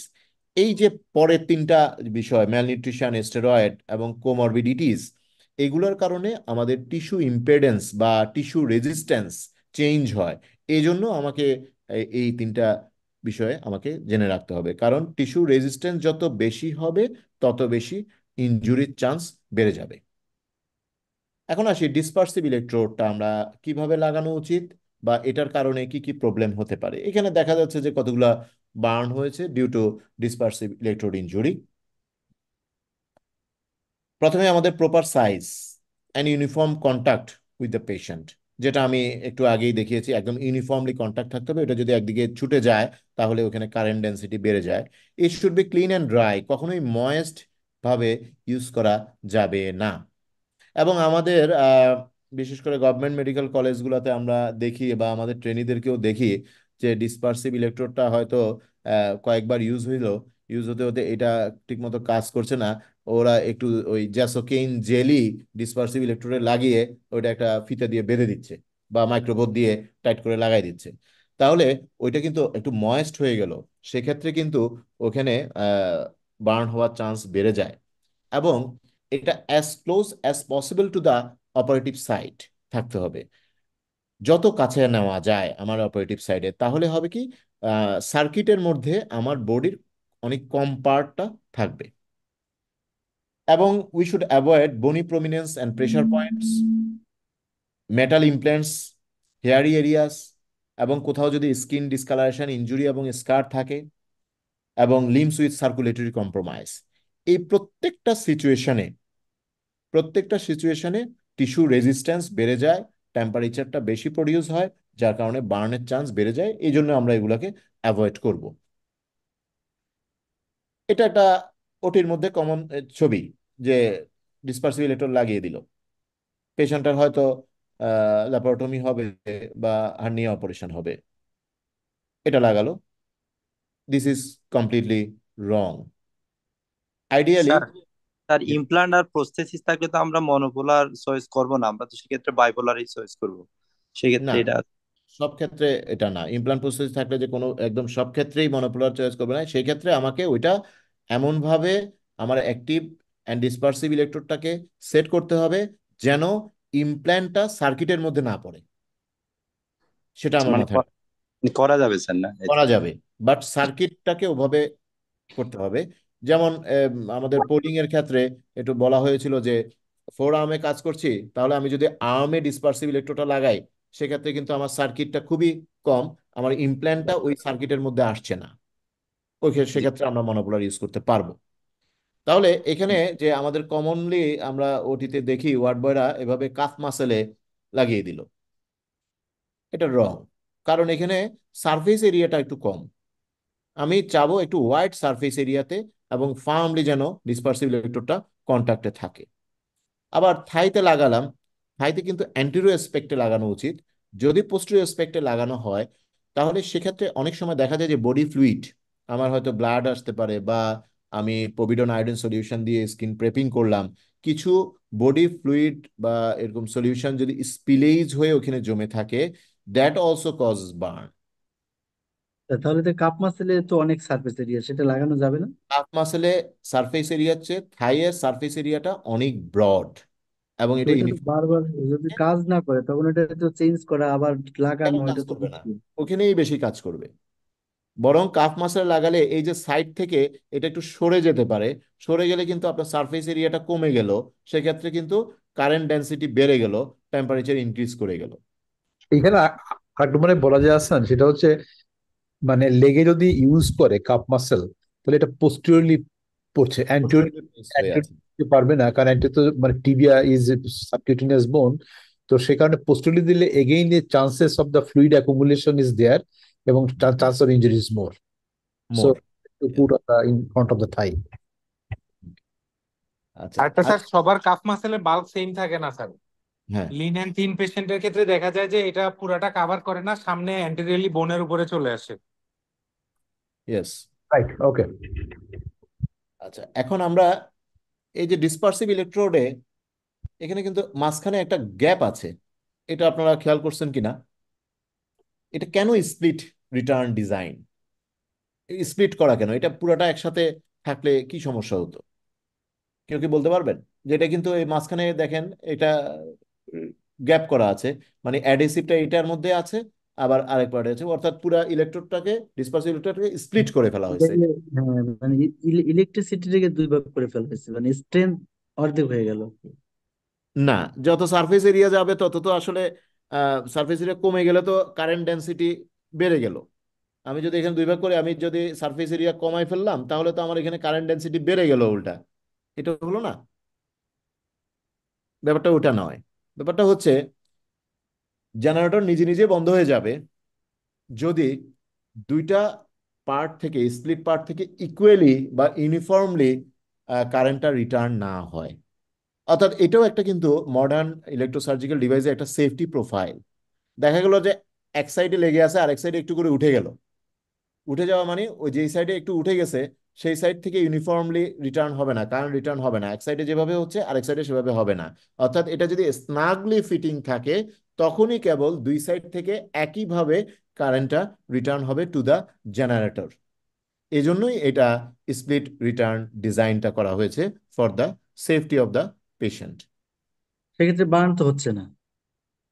না, বার্ন হবে না, বার্নটা না হওয়ার জন্যই তো এটা করা হয়েছে, যে এখানে সারফেস এরিয়াটা এমন ভাবে করা হয়েছে যে কারেন্ট ডেন্সিটি যেন দুই সাইডে মানে সেফটি মার্জিনের মধ্যেই থাকে। এখন এক সাইডে কমে গেল, এক সাইড থেকে সরে গেল, তাহলে ওইখানে কি হবে? সারফেস এরিয়া কমে গেল, ওইখানে কারেন্ট ডেন্সিটি বেড়ে গেল, বেড়ে গেলে বার্ন হবে। তো এইটা যেন না হয়, দোনো সাইডে যেন সমানভাবে কারেন্টটা যায়, সেটাই মেজার করার একটা ওয়ে হচ্ছে এই স্প্লিট রিটার্ন ডিজাইন। অর্থাৎ আপনার ডিসপারসিভ ইলেকট্রোডটা ফার্ম কন্টাক্ট টু দ্য স্কিনে আছে কি না। জেনারেটর শাটার্স মানে কি? বন্ধ হয়ে যাবে, জেনারেটর কাজ করবে না, জেনারেটর শাট আপ হয়ে যায়, বন্ধ হয়ে যায়, যদি উঠে যায় মানে এটা। পেশেন্ট প্লেট না লাগলে অনেক সময় রেড সিগন্যাল দেয় না, এটা এর কারণেই। পেশেন্ট প্লেটটা যদি ফিট না হয়, ওয়েল ফিটেড, তখন তো রেড সিগন্যাল দেয়, এই কারণেই। সেই জন্য বললাম যে স্যার তাহলে তো বার্ন হচ্ছে না, তাহলে তো অটোমেটিক সেট আপ হয়ে যাচ্ছে, আমার তো টেনশন করা লাগছে না। না, এটা যদি স্প্লিট রিটার্ন না থাকতো তাহলে তো বার্ন হতো। যদি এটা দুই ভাগ করা, দুই সাইড থেকে, এটা কেন যে রেড সিগন্যালটা জ্বলতেছে কেন? যেহেতু দুইটা প্যাড থেকে একইভাবে কারেন্ট গেলে রেড সিগন্যালটা জ্বলবে না। এটা ইউনিফর্মলি ফিট যদি হয় তাহলে তো রেড সিগন্যাল জ্বলবে না। এখন একদিকে ফিট হলো, আরেকদিকে ফিট হলো না, তার মানে কি ডিসপারসিভ ইলেকট্রোডটা ঠিকভাবে লাগে নাই। লাগে নাই মানে কি দুই সাইড থেকে একইভাবে কারেন্ট যাচ্ছে না দেখে ওখানে রেড সিগন্যালটা জ্বলতেছে। ওই স্টুডেন্টটা যে কোশ্চেনটা বললো যে তাহলে আমাদের আর চিন্তা কি, আমাদের টেনশন করার কারণ কি? টেনশন করার কারণ হচ্ছে যে কোনো মেশিন বা ইকুইপমেন্টস এর একটা সেফটি মেজার থাকে। তার মানে that doesn't mean as a operator আমি ওটাকে ইনডিফারেন্ট থাকবো। You must be aware and conscious of the danger of the মানে পার্টিকুলার ইস্যুস। ডেফিনেটলি। ওকে। আচ্ছা, এখানে কয়েকটা ইনজুরি দেওয়া হচ্ছে, দেখানো হয়েছে। বলতে পারবে এক নাম্বারটা কিসের? Direct uplink. Good. Direct coupling. এখানে দেখা যাচ্ছে টেলিস্কোপের সাথে আমার যে একটা ল্যাপারোস্কোপে একটা ইনস্ট্রুমেন্ট যেটার সাথে ডায়াথার্মি মনোপোলার ডায়াথার্মি অ্যাড করা আছে, মনোপোলার ইলেকট্রোড, সেটা টাচ হয়ে গেল এবং টেলিস্কোপটা আমার out of vision Baul injury করে ফেললো। Direct coupling. Second one, number 2। Insulation failure. না, এখানে তো কোনো ক্যাপাসিট্যান্স কাপলিং। ইয়েস, হচ্ছে ক্যাপাসিটেন্স কাপলিং। এটা একটু ডিফিকাল্ট, এটা আমি আসতেছি একটু পরেই।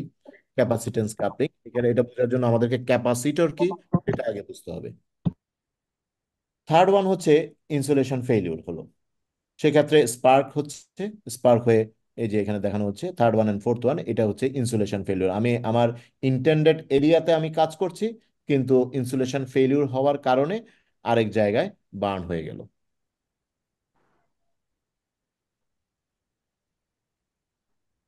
আচ্ছা, এখানে আরেকটা জিনিস, এই যে কারেন্ট ডাইভারশন হচ্ছে, এটাও ইনসুলেশন ফেলিউরের জন্য হয়, কারেন্ট ডাইভারশনটা। এবং ডিরেক্ট কাপলিং এর মাধ্যমে কারেন্ট ডাইভারশন হয়, ক্যাপাসিটিভ কাপলিং আমরা আসতেছি, এবং অল্টারনেট সাইট ইনজুরি। আমি যদি দেখি এই ভিডিওটা যদি একটু আমরা খেয়াল করি, এখানে লিভারের গলব্লাডার ফোসায় ব্লিডিংটা কন্ট্রোল করার চেষ্টা করা হচ্ছে সাকারের টিপ দিয়ে, কিন্তু দেখা যাচ্ছে যে লিভারে এখানে বার্ন হয়ে যাচ্ছে ডিউ টু ইনসুলেশন ফেলিউর। লিভারের এখানে আমরা এই যে এখানে স্পার্কলিং হচ্ছে ডিউ টু ইনসুলেশন ফেলিউর।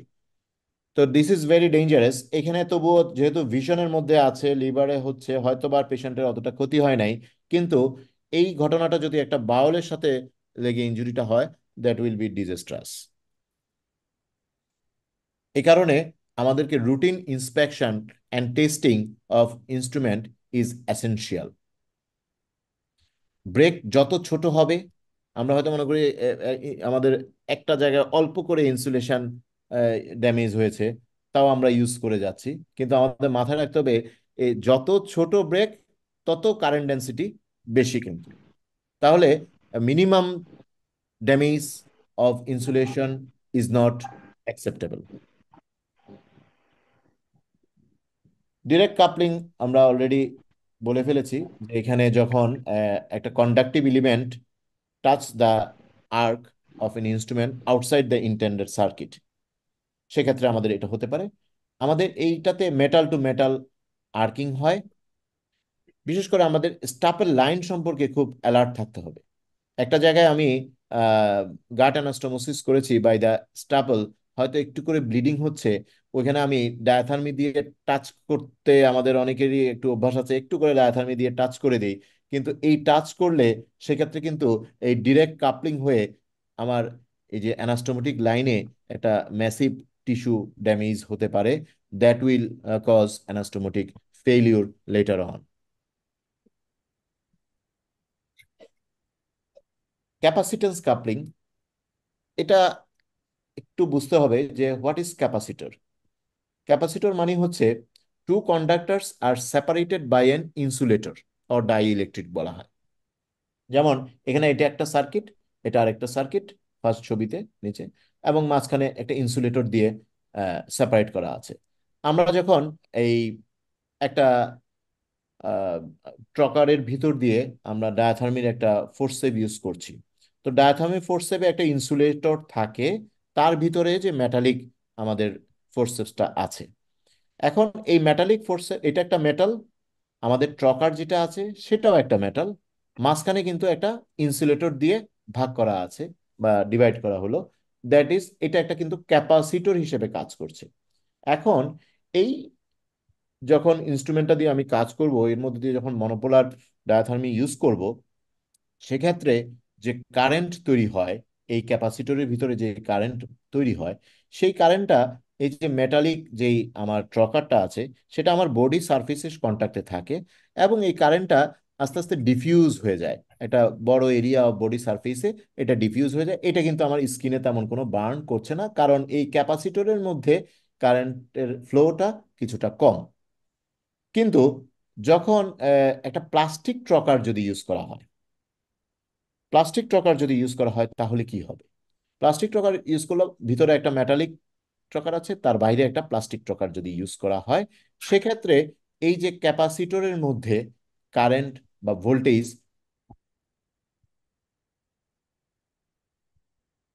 হতে পারছে না due to this plastic trocar. Plastic outer ট্রকারের জন্য এটা যেতে পারছে না, ডিফিউজ হতে পারছে না। এজন্য আমরা এখানে যে কারেন্টটা তৈরি হয় সেই কারেন্টটা অনেক বেশি ভোল্টেজ, হাই ভোল্টেজ হয়, এবং it can cause bowel damage. This is called. Clear হলো না। এখানে যেটা হচ্ছে, আমরা এই ক্যাপাসিটি কাপলিংটা অ্যাকচুয়ালি এখন আমাদের যে ল্যাপারোস্কোপিক আমরা ইনস্ট্রুমেন্ট ইউজ করছি, আমার মনে হয় না কেউই প্লাস্টিক ট্রকার আমরা ইউজ করি। প্লাস্টিক আউটার ট্রকার আমরা সাধারণত এখন ইউজ করি না। এখানে তো দুইটা দেখা যাচ্ছে, এই যে এই পাশে যেমন প্লাস্টিক নাই, এই দ্বিতীয় ছবিটায় তো আপনি প্লাস্টিক দেওয়ার পরে তো তো ইয়ে হয়ে গেল আপনার, শীট হয়ে গেল দুইটা, একটা হ্যাঁ, মেটালিক দুইটা শীট শীট হয়ে গেল। আর Yes, একটা। দুইটা হ্যাঁ শীট হয়ে গেল, সেটাই তো বলছি। দুইটা শীট হয়ে গেলে প্রথম বুঝতে হ্যাঁ হবে যে ক্যাপাসিটরটা কি। ক্যাপাসিটর এখানে একদম ইনার সাইডে আছে একটা মেটাল, হ্যাঁ, দেন আছে ইনসুলেটর, তারপরে ইনসুলেটর আছে, ব্রেক হয়ে গেল। হ্যাঁ না ব্রেক হয় নাই, ইনসুলেটর, তারপরে আছে একটা মেটালিক আউটার ট্রকার। তার মানে এখানে দুটো মেটাল, একটা একদম ইনার আর আউটার মেটালিক, যেটা সেপারেটেড বাই অ্যান ইনসুলেটর। এখানে কিন্তু ইনসুলেটর ব্রেক হয় নাই, ইনসুলেটর জি, ঠিকই আছে। এটাই হচ্ছে ক্যাপাসিটর। এবং যখনই আমি কাজ করব, এই ক্যাপাসিটরের ভিতরে কিছুটা কারেন্ট তৈরি হবেই, তবে সেই কারেন্টটা আউটার যে মেটালিক ট্রকার ওইখানেও কিন্তু কিছুটা ডিফিউশন হয়, তবে এই কারেন্টটা একটা ওয়াইড এরিয়াতে স্প্রেড করে যায় বাই আওয়ার বডি সারফেস।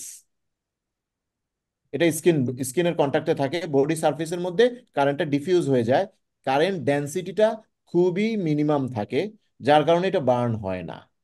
কিন্তু এই কারেন্টটা, এই যে আউটার মেটালিক ট্রকার থেকে কারেন্টটা যখন বডি সারফেসে যেতে পারছে না, কেন পারছে না? এখানে যদি একটা প্লাস্টিক ট্রকার ইউজ করে দেওয়া হয়, সেক্ষেত্রে এই মেটালিক ট্রকারটা বডি সারফেসের কন্ট্যাক্টে নাই, অর্থাৎ এর ভিতরে এখন যে কারেন্টটা তৈরি আছে সেটা ডিফিউশনের কোনো জায়গা পাচ্ছে না। জায়গা না পাওয়ার কারণে এটা আস্তে আস্তে আস্তে আস্তে ভোল্টেজটা বাড়ছে। আমি যতবার ইউজ করছি এই ক্যাপাসিটরের মধ্যে কারেন্টটা তত বেশি তৈরি হচ্ছে, ভোল্টেজটা বাড়ছে, এবং এটা তখন আমার যে মেটালিক ট্রকারটাও যদি বাওয়ালের কন্ট্যাক্টে আসে, that will cause bowel damage. কিন্তু স্যার ক্লিয়ার? একই সাথে মেটালিক শীট এবং হচ্ছে আপনার এই যে ট্রকার যেটা ক্যানুলা, এই যেটা ট্রকার যেটা, এটা তো আমরা ইউজ করি না, আমরা হয় প্লাস্টিক ইউজ করি আইদার মেটালিক ইউজ করি ল্যাপারোস্কোপিতে যেটা দেখেছি। হ্যাঁ, এবং সেটাই আমি বললাম, প্লাস্টিকটা ইউজ করা হয় না এখন, স্যার খুবই আমরা যখন স্যার অ্যান্ড্রয়েড স্টপলার ইউজ করি তখন তখন তো আমরা one time plastic trocar use yes, করি। কিন্তু অ্যান্ড্রয়েড স্টাপলারের মধ্য দিয়ে আমরা কখনোই মনোপোলা ডায়াথার্মি যাব না, ওখানে যাওয়ার কোনো সুযোগ নেই। তো জি স্যার, ঠিক আছে স্যার, বুঝতে পারছি। এখানে তো আমার কোনো কারেন্টের ইস্যু নাই। জি স্যার। ওকে, এখন আসি অল্টারনেট সাইট ইনজুরি, যেটা আমি শুরুতেই বলেছিলাম যে আমার ইন্টেন্ডেড যে সার্কিট ওইটা ঠিক থাকতে হবে। আমরা প্রথমে যে সার্কিটটা দেখিয়েছিলাম সেটা আমাকে ঠিক থাকতে হবে। অল্টারনেট কোনো সার্কিট তৈরি হলেই দ্যাট উইল কজ বার্ন। যেমন আমার এই যে বডি যদি কোনো মেটাল অবজেক্টের কন্ট্যাক্টে থাকে, সেক্ষেত্রে বডি সার্ফেসটা মেটাল অবজেক্টের কন্ট্যাক্টে থাকলে there is chance of alternate circuit. যেমন আমাদের ওটি টেবিলের মধ্যে যেরকম এই ধরনের যদি মেটালিক কোনো স্ক্রু থাকে বা কিছু থাকে, সেটা যদি বডি সার্ফেসের কন্ট্যাক্টে থাকে, আমি যখন ডায়াথার্মি ইউজ করলাম তখন একটা অল্টারনেট সার্কিট তৈরি হয়ে যায় এবং there is risk of skin burn. এই কারণে আমাকে খেয়াল রাখতে হবে। এবং পেশেন্টের এই যে জুয়েলারিগুলো আমরা রিমুভ করে ফেলি, পেশেন্ট মানে যেখানে আমি ডায়াথার্মি ইউজ করব সেখানে কিন্তু নিয়ম হচ্ছে পেশেন্টের সব জুয়েলারিগুলো রিমুভ করে ফেলা। এই রিমুভের কারণ হচ্ছে যেন অল্টারনেট সার্কিট তৈরি হতে না পারে। এখন আসি অ্যাক্টিভ ইলেকট্রোড ইনজুরি কিভাবে হয়। একটা হচ্ছে ইনঅ্যাডভারেন্ট অ্যাক্টিভেশন, আমি খেয়াল করলাম না, আমি হয়তো ল্যাপারোস্কোপি করছি, আমি মনিটরের দিকে না তাকিয়ে হঠাৎ করে অন্যদিকে তাকাচ্ছি, ইনঅ্যাডভারেন্টলি আমি বার্ন করে ফেললাম। ডিরেক্ট এক্সটেনশন হতে পারে এবং রেসিডুয়াল হিট দিয়ে হতে পারে। তো ইনঅ্যাডভারেন্ট কখন হতে পারে, যেমন এটা আমি একটু আগে যেটা বললাম, laparoscopic procedure risk of injury outside the field of view. এবং অ্যাক্টিভ ইলেকট্রোডকে সবসময় সেফ জায়গায় রাখতে হবে।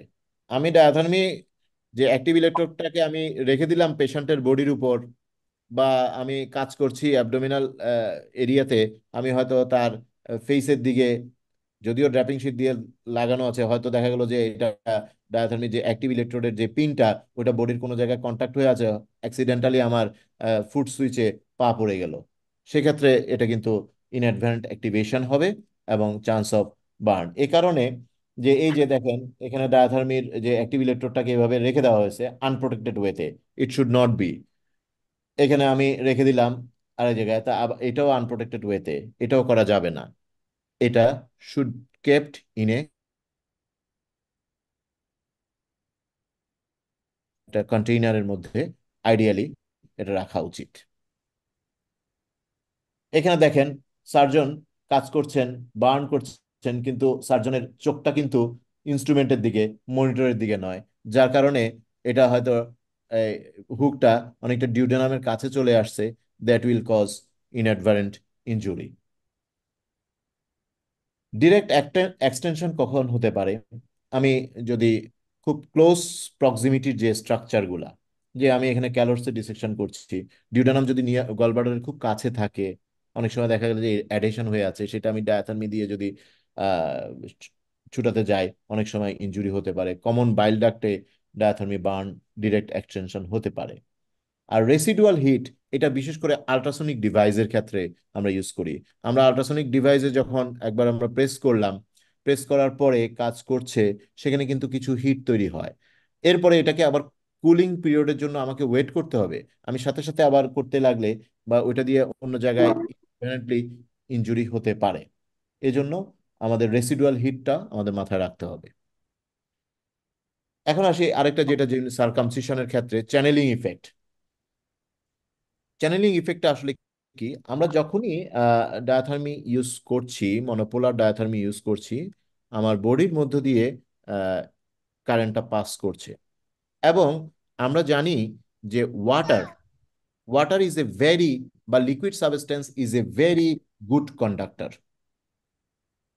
তো যখন কারেন্ট একটা ন্যারো চ্যানেল দিয়ে যায়, তখন সারাউন্ডিং যেই, সাপোজ একটা বড় ভেসেলের মধ্য দিয়ে কারেন্ট যাচ্ছে আর একটা চিকন ভেসেলের মধ্য দিয়ে কারেন্ট যাচ্ছে, যেহেতু দুটা ভেসেলের মধ্যে ব্লাড ফ্লো হচ্ছে, যেটা চিকন বা ন্যারো চ্যানেল, সেখানের মধ্যে কিন্তু বার্নের চান্স বেশি, টিউব বার্নের চান্স বেশি। যেমন আমি ইউরেটারের মধ্য দিয়ে কারেন্ট যদি যায়, সেক্ষেত্রে কিন্তু ইউরেটারের স্ট্রিকচার হয়ে যাবে, পরবর্তীতে ফাইব্রোসিস হয়ে যাবে। তো এই ধরনের এই ন্যারো চ্যানেল মধ্য দিয়ে কারেন্ট যাওয়াটা রিস্কি, এবং current intensity produces heating effect in the narrowest part of the channel or pedicle. এই জন্য বলা হয় যে যখনই আমি সার্কামসিশনে ডায়াথার্মি ইউজ করলে dorsal artery of the penis, সেক্ষেত্রে ডর্সাল আর্টারি অফ দ্য পেনিসটা খুব ন্যারো চ্যানেল, এবং এর মধ্য দিয়ে যদি কারেন্ট যায়, that will cause damage to the dorsal artery of the penis. সেক্ষেত্রে পেনিসের কোয়াগুলেশন হয়ে যেতে পারে। আবার আমি টেস্টিসে হয়তো ইউজ করছি ডায়াথার্মির মনোপোলার ইলেকট্রোডটা ইউজ করছি, সেক্ষেত্রে স্পার্মাটিক কর্ড, এটাও কিন্তু খুব ন্যারো চ্যানেল, সেখানেও কিন্তু স্পার্মাটিক কর্ডে ইনজুরির চান্সটা আছে। This is called channelling effect. তো এটা প্রিভেন্ট করার জন্য অনেক সময় বলা হয় যে আমি যদি মনোপোলার ইউজ করি, একদম লো পাওয়ার সেটিং ইউজ করব, ভেরি লো পাওয়ার সেটিং, প্রেফারেবলি 20 থেকে 25 এর মধ্যে। আমি শর্ট বার্স্ট ইউজ করতে বলা হয়, কন্টিনিউয়াস প্রেশার দিব না।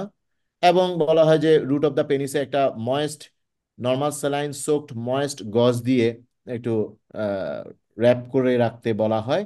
এতে করে হিট প্রোডাকশনটা কম হবে এবং এই ডর্সাল আর্টারি অফ পেনিসের ইনজুরিটা কম হবে। এখন আসি আমরা যে ফায়ার ট্রায়াঙ্গেল, আমাদের ক্লাসের শুরুতেই স্যারের যে ভিডিওটা দেখালো, তো ওটিতে আসলে তিনটা সোর্স।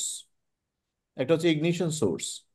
ইগনিশন সোর্স তো সার্জনের হাতে, আমি ইলেকট্রোসার্জিক্যাল ডিভাইস ইউজ করছি, এটা ইগনিশন সোর্স। অ্যানাস্থেটিক্সের হাতে আছে অক্সিডাইজার, ওখানে অক্সিজেন সিলিন্ডার আছে, নাইট্রাস অক্সাইড আছে, এগুলো ফ্লেমেবল, এটা অক্সিডাইজার।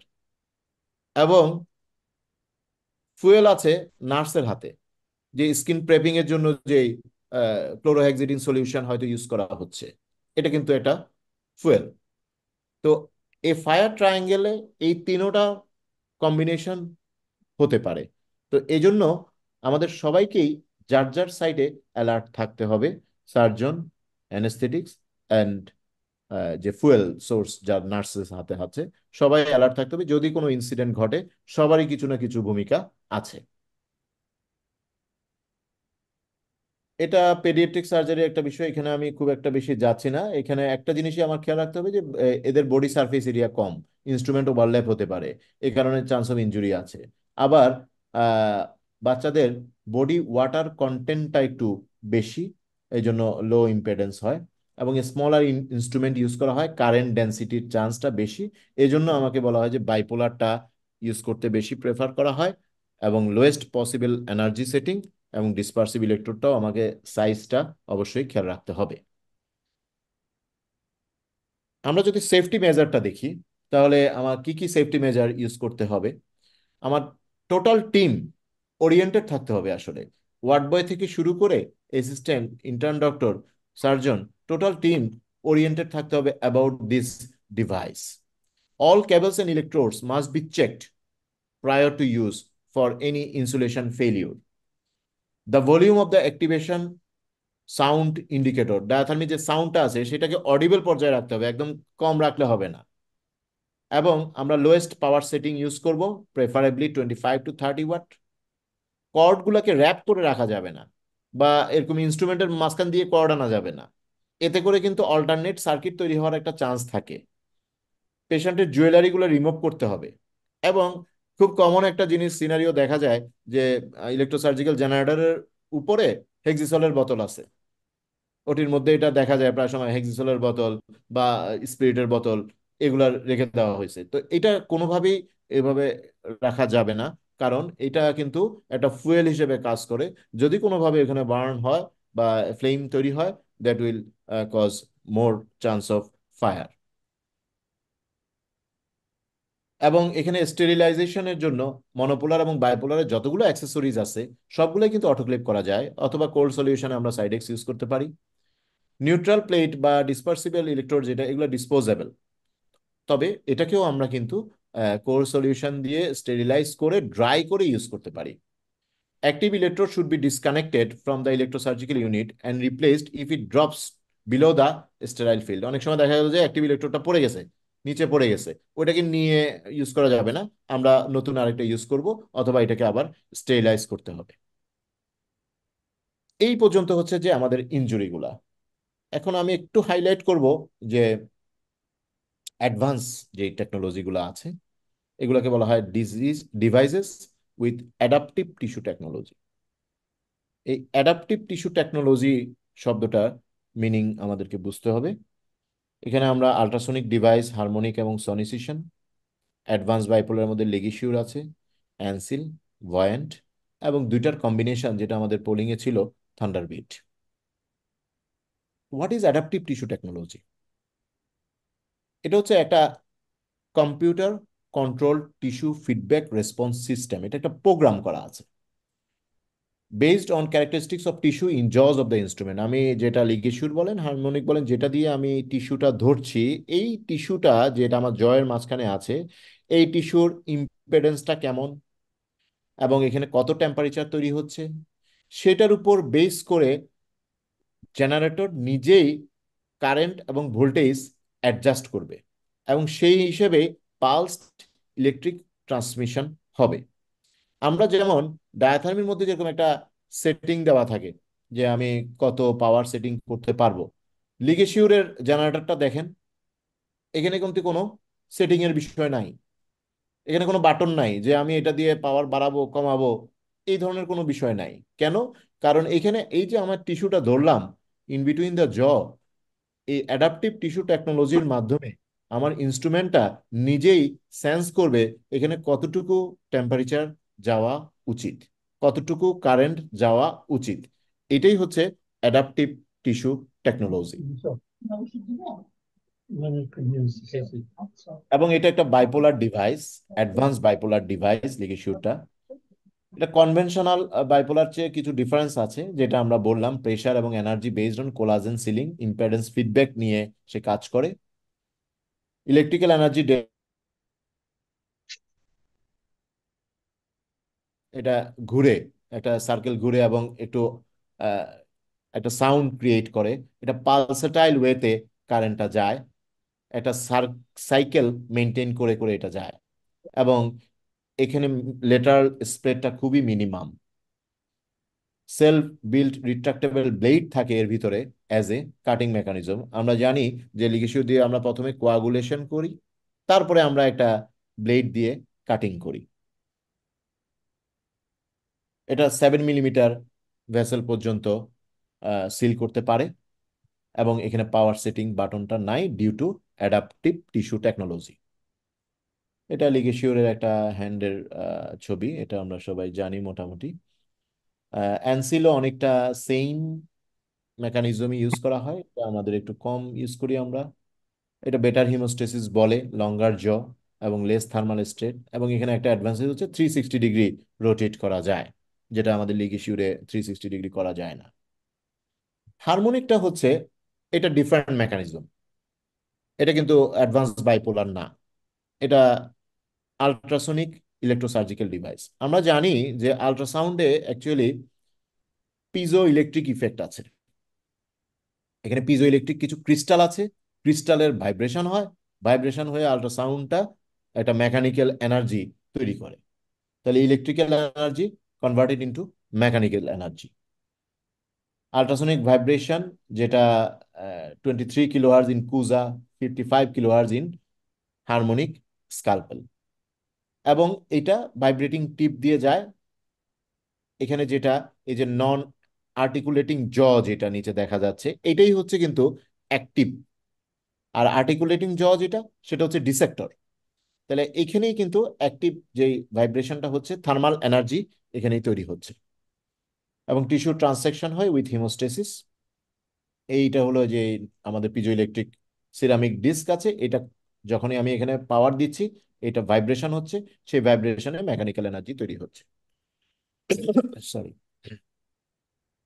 এখানে কিন্তু আল্ট্রাসনিক জেনারেটরে একটা বাটন আছে ম্যাক্স এবং মিনিমাম। হারমোনিকের যে জেনারেটরটা, ম্যাক্সটা কি আর মিনিমামটা কি? ম্যাক্সিমাম হচ্ছে mechanical energy delivered is greatest.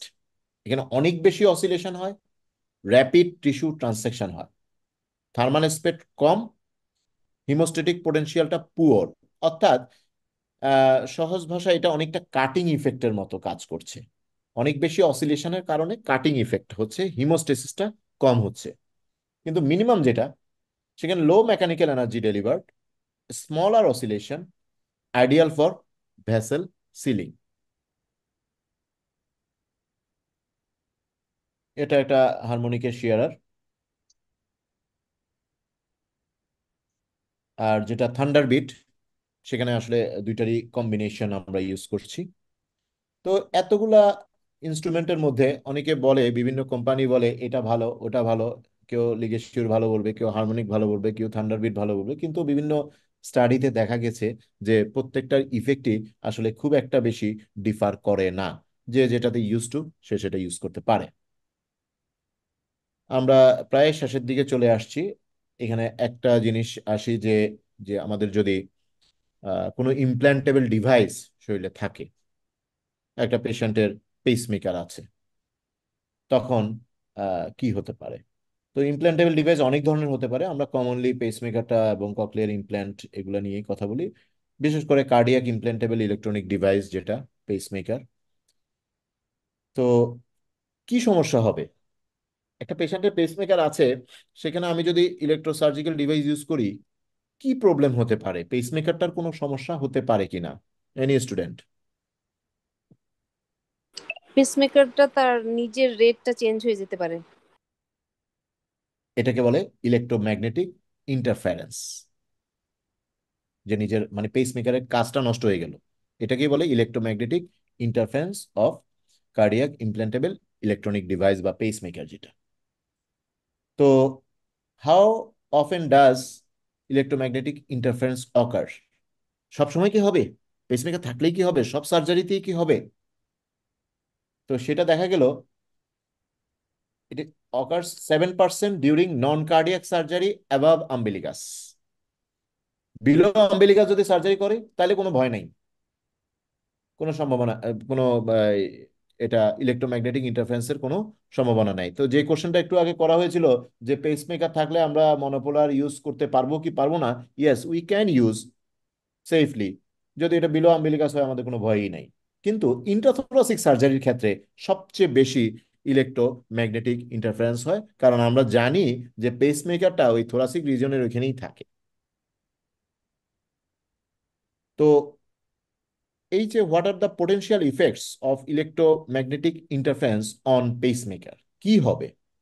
পেসমেকারটা inappropriate inhibition of pacing due to ventricular oversensing এবং মিস ইন্টারপ্রিট করে ট্যাকিয়ারিথমিয়া হিসেবে, এবং ইনঅ্যাপ্রোপ্রিয়েট শক দেয় সে, এবং ডিরেক্ট ড্যামেজ হতে পারে, যে আমাদের যে পেসমেকারটা ডিরেক্ট ড্যামেজ হতে পারে, ম্যালফাংশন হতে পারে এবং রিপ্রোগ্রামিং হয়ে যেতে পারে।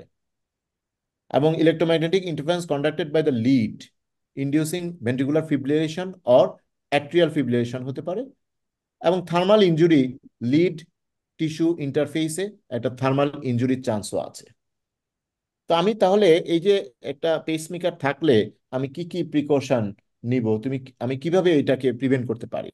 প্রথম করা হতো আমাকে কার্ডিওলজিস্টকে ইনফর্ম করতে হবে যে এই পেশেন্টটার পেসমেকার আছে, আমি এই সার্জারি করতে চাচ্ছি, আমার এখানে মনোপোলার ডায়াথার্মি ইউজ করতে হবে। সেক্ষেত্রে কার্ডিওলজিস্টের মাধ্যমে কার্ডিওলজি টিম ওটাকে রিপ্রোগ্রামিং করে দিবে। আর ইন্ট্রাঅপারেটিভ আমাকে যে প্রিকশনগুলো মেনটেন করতে হবে, আমরা চেষ্টা করব বাইপোলার এবং আল্ট্রাসনিক ডিভাইস বেশি ইউজ করতে। যদি মনোপোলার ইউজ করতেই হয়, position of the ডিসপারসিভ electrode as close as possible to the tool, current path away from the implanted device. আমাকে কারেন্ট পাথটাকে এমনভাবে ম্যাপিং করতে হবে এই কারেন্ট পাথের মধ্যে যেন কোনো ইমপ্ল্যান্টেবল ডিভাইস না থাকে, এই অর্থাৎ পেসমেকারটা না থাকে। আমি কাট মোডটা বেশি চুজ করব, ডেসিকেট মোডটা বেশি চুজ করব over fulgurate. Lowest energy, short intermittent burst, এবং কোনোভাবে আমি আর্কিং করব না, মেটাল টু মেটাল আর্কিং করব না। আমার ওটিতে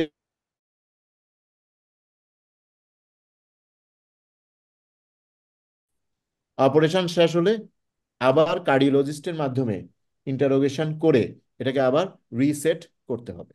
তো এই সিচুয়েশনগুলা আমাকে মেনটেন করতে হবে, এই প্রিকশনগুলো আমাকে মেনটেন করতে হবে to prevent the harmful effect of electromagnetic interference. এত কিছু করার পরেও অনেক সময় আমরা এতক্ষণ যা শুনলাম এগুলো করার পরেও অনেক সময় দেখা যায় যে হ্যাঁ আমাদের ইনজুরি হয়ে যায়, অ্যাক্সিডেন্ট ঘটতে পারে, বা অনেক সময় ডায়াথার্মি, যেহেতু এটা মেশিনারিজ, এটা বিট্রে করতেই পারে, কাজ ঠিক মতো করতে না পারে। সেক্ষেত্রে কিন্তু এইটারও একটা ফেইল্ড ডিভাইস। আমরা হচ্ছে কার্যক্রমটা বন্ধ করে দিব, বন্ধ করে দিয়ে আর একটা টেম্পোরারি পেসমেকার ইউজ করবো না, কি বললেন ওই পয়েন্টটা? হ্যাভ ডিফিব্রিলেশন, তখন আমার ওটিতে একটা ডিফিব্রিলেটর রাখতে হবে এবং টেম্পোরারি পেসিং ইকুইপমেন্ট রাখতে হবে। কারণ আমার যদি যে পেসমেকারটা আছে ওটার যদি ডিরেক্ট ড্যামেজ হয়ে যায়, এটা যদি ইনঅ্যাপ্রোপ্রিয়েট শক দেয়, ইনঅ্যাপ্রোপ্রিয়েট ইনহিবিটিং হয়, সেক্ষেত্রে কিন্তু আমাদের ভেন্ট্রিকুলার ফিব্রিলেশন অথবা অ্যাট্রিয়াল ফিব্রিলেশন শুরু হয়ে যেতে পারে। এজন্য আমার একটা ডিফিব্রিলেটর ওটিতে রাখতে হবে যদি পেসমেকার আছে এই ধরনের পেশেন্টে আমরা সার্জারি করি। এটা আইডিয়ালি একটা ডিফিব্রিলেটর রাখা উচিত এবং টেম্পোরারি পেসিং ইকুইপমেন্টগুলো অ্যাভেলেবেল থাকা উচিত। আর এটা একটা লং চার্ট, এটা আসলে অত ডিসকাস করব না, এটা একটা জাস্ট স্ন্যাপশট নিয়ে রাখতে পারেন যে কিভাবে যদি কাজ না করে সেটা রিপোর্টিং সিস্টেমটা কি। এটাও একটা ফিউজ গাইডলাইন থেকে নেওয়া, যে লিটিগেশন অ্যাভয়েড করার জন্য এই ধরনের রিপোর্টিং সিস্টেমের একটা ফ্লো চার্ট ওরা মেনটেন করে। তো এই ছিল মোটামুটি আমার presentation. Thank you. Sir harmonic পার্থক্য টেস্টটা আবার বলেন একটু। স্যার, যে হারমোনিক স্ক্যালপেল লিগাসিওর পার্থক্য পেজটা। আচ্ছা, পার্থক্যর বেসটা এখানে আসলে এই যেটা আহ, পার্থক্য খুব একটা নাই, সেটাই বলা হচ্ছে যে ভ্যাসেল সিলিং ইফেক্ট হারমোনিক এবং থান্ডারবিট এবং লিগেশিওর অলমোস্ট সেম, তারপরে হিমোস্টেসিসও অলমোস্ট সেম, এটাই বলা হচ্ছে। মানে এই স্লাইডটা দেখানোর উদ্দেশ্য হচ্ছে যে কম্পারিজন করলে পার্থক্য খুব একটা বেশি নাই, ফাংশনে পার্থক্য খুব একটা বেশি নাই, তাদের মেকানিজমে পার্থক্য হচ্ছে, যেটা আমরা জানি যে লিগেশিওর অ্যাডভান্স বাইপোলার আর হারমোনিকটা হচ্ছে আল্ট্রাসনিক এনার্জি ইউজ করে, আর থান্ডারবিটটা দুইটারই কম্বিনেশন ইউজ করে। স্যার ফাংশনে ওই একটা পার্থক্য কি এটা বলা যাবে যে স্যার লিগাসিউরে তো আমরা আগে আহ, মানে কোয়াগুলেশন হওয়ার পরে আবার কাট করি, আবার আলাদা মানে মানে সুইচ অন করে। আর আর আপনার ইয়াতে স্যার হারমোনিকে তো একই সাথে হয় সিমultaneously হ্যাঁ, কাটিং এবং হারমোনিকে একই সাথে হয়, সিমultaneously কোয়াগুলেশন এবং কাটিং একই সাথে হয়, এবং যেটা বললাম যে অ্যাডাপটিভ টিস্যু টেকনোলজির মাধ্যমে সে এটা সেন্স করতে পারে। তবে এখানে সুইচ আছে কিন্তু, মিনিমাম এবং ম্যাক্সিমাম, যেটা আমি দেখিয়েছি হারমোনিকের যে জেনারেটরের মধ্যে মিনিমাম এবং ম্যাক্সিমাম একটা বাটন আছে। তো মিনিমাম বাটন দিয়ে আমরা যেটা করি, এই যে এখানে এই স্লাইডটাতে আমরা যেটা দেখি, যেটা ম্যাক্স, যেটা সেখানে হচ্ছে আসলে কাটিং কাজটাই করা হয়, হিমোস্টেসিসটা কম। আর যেটা মিনিমাম সেখানে হচ্ছে হিমোস্টেসিস ভেসেল সিলিংটাই প্রেফারেবল বেশি করা হয়। তাহলে এটা one type of Thunderbeat like action নাকি? Yes, one type of Thunderbeat like. Sir okay, precise standard ওই কথাগুলো একটু বুঝি না স্যার। এটা হচ্ছে বাইপোলার এর যেই ফোর্সেপটা দিচ্ছি আমরা, এই ফোর্সেপটা দিয়ে আমি কতটুকু টিস্যু, যখন সাপোজ একটা অনকোলজিক্যাল সার্জিক্যাল অনকোলজিতে আমি একটা ভাস্কুলার ডিসেকশন করছি, হয়তো আমি D2 ডিসেকশন করছি in case of carcinoma stomach, তখন আমার যে ভ্যাসেলটাকে স্কেলিটোনাইজ করার সময় ভ্যাসেলের গায়ে গায়ে লিম্ফ নোডগুলো আছে, তখন কিন্তু আমি খুব প্রেসাইজ টিস্যু ধরবো, অল্প অল্প অল্প অল্প করে ধরে ধরে এগুলাকে সেপারেট করব। কিন্তু আমি এক জায়গায় হয়তো ওমেন্টাম থেকে একটু ব্লিডিং হচ্ছে, সেখানে আমার স্ট্যান্ডার্ড টিস্যু ধরলেই হচ্ছে, আমি অতটা প্রেসাইজ ধরার প্রয়োজন নাই। এভাবে যে আমি আমি হয়তো কমন হ্যাপাটিক আর্টারির উপর থেকে হ্যাপাটোডিউডেনাল লিম্ফ নোডটাকে সরাচ্ছি, তখন আমাকে কিন্তু খুব প্রেসাইসলি যেতে হবে। কারণ আমার যদি আমি এখানে স্ট্যান্ডার্ড বা ম্যাক্রো দিয়ে ধরি, তাহলে আমার কিন্তু কমন হ্যাপাটিক আর্টারি সহ আমার কোয়াগুলেট হয়ে যেতে পারে। তো এটা তো করতে দেওয়া যাবে না। সেই ক্ষেত্রে আমাকে যেখানে মিনিমাম টিস্যু ধরতে হবে আমাকে, সেখানে আমি প্রেসাইজ মোডটা রাখবো। আর স্ট্যান্ডার্ড মানে আমি একটা অ্যাভারেজ টিস্যু, আর ম্যাক্রো হচ্ছে বাইপোলার কাটিং ইফেক্ট পাওয়ার জন্য। Thank you sir.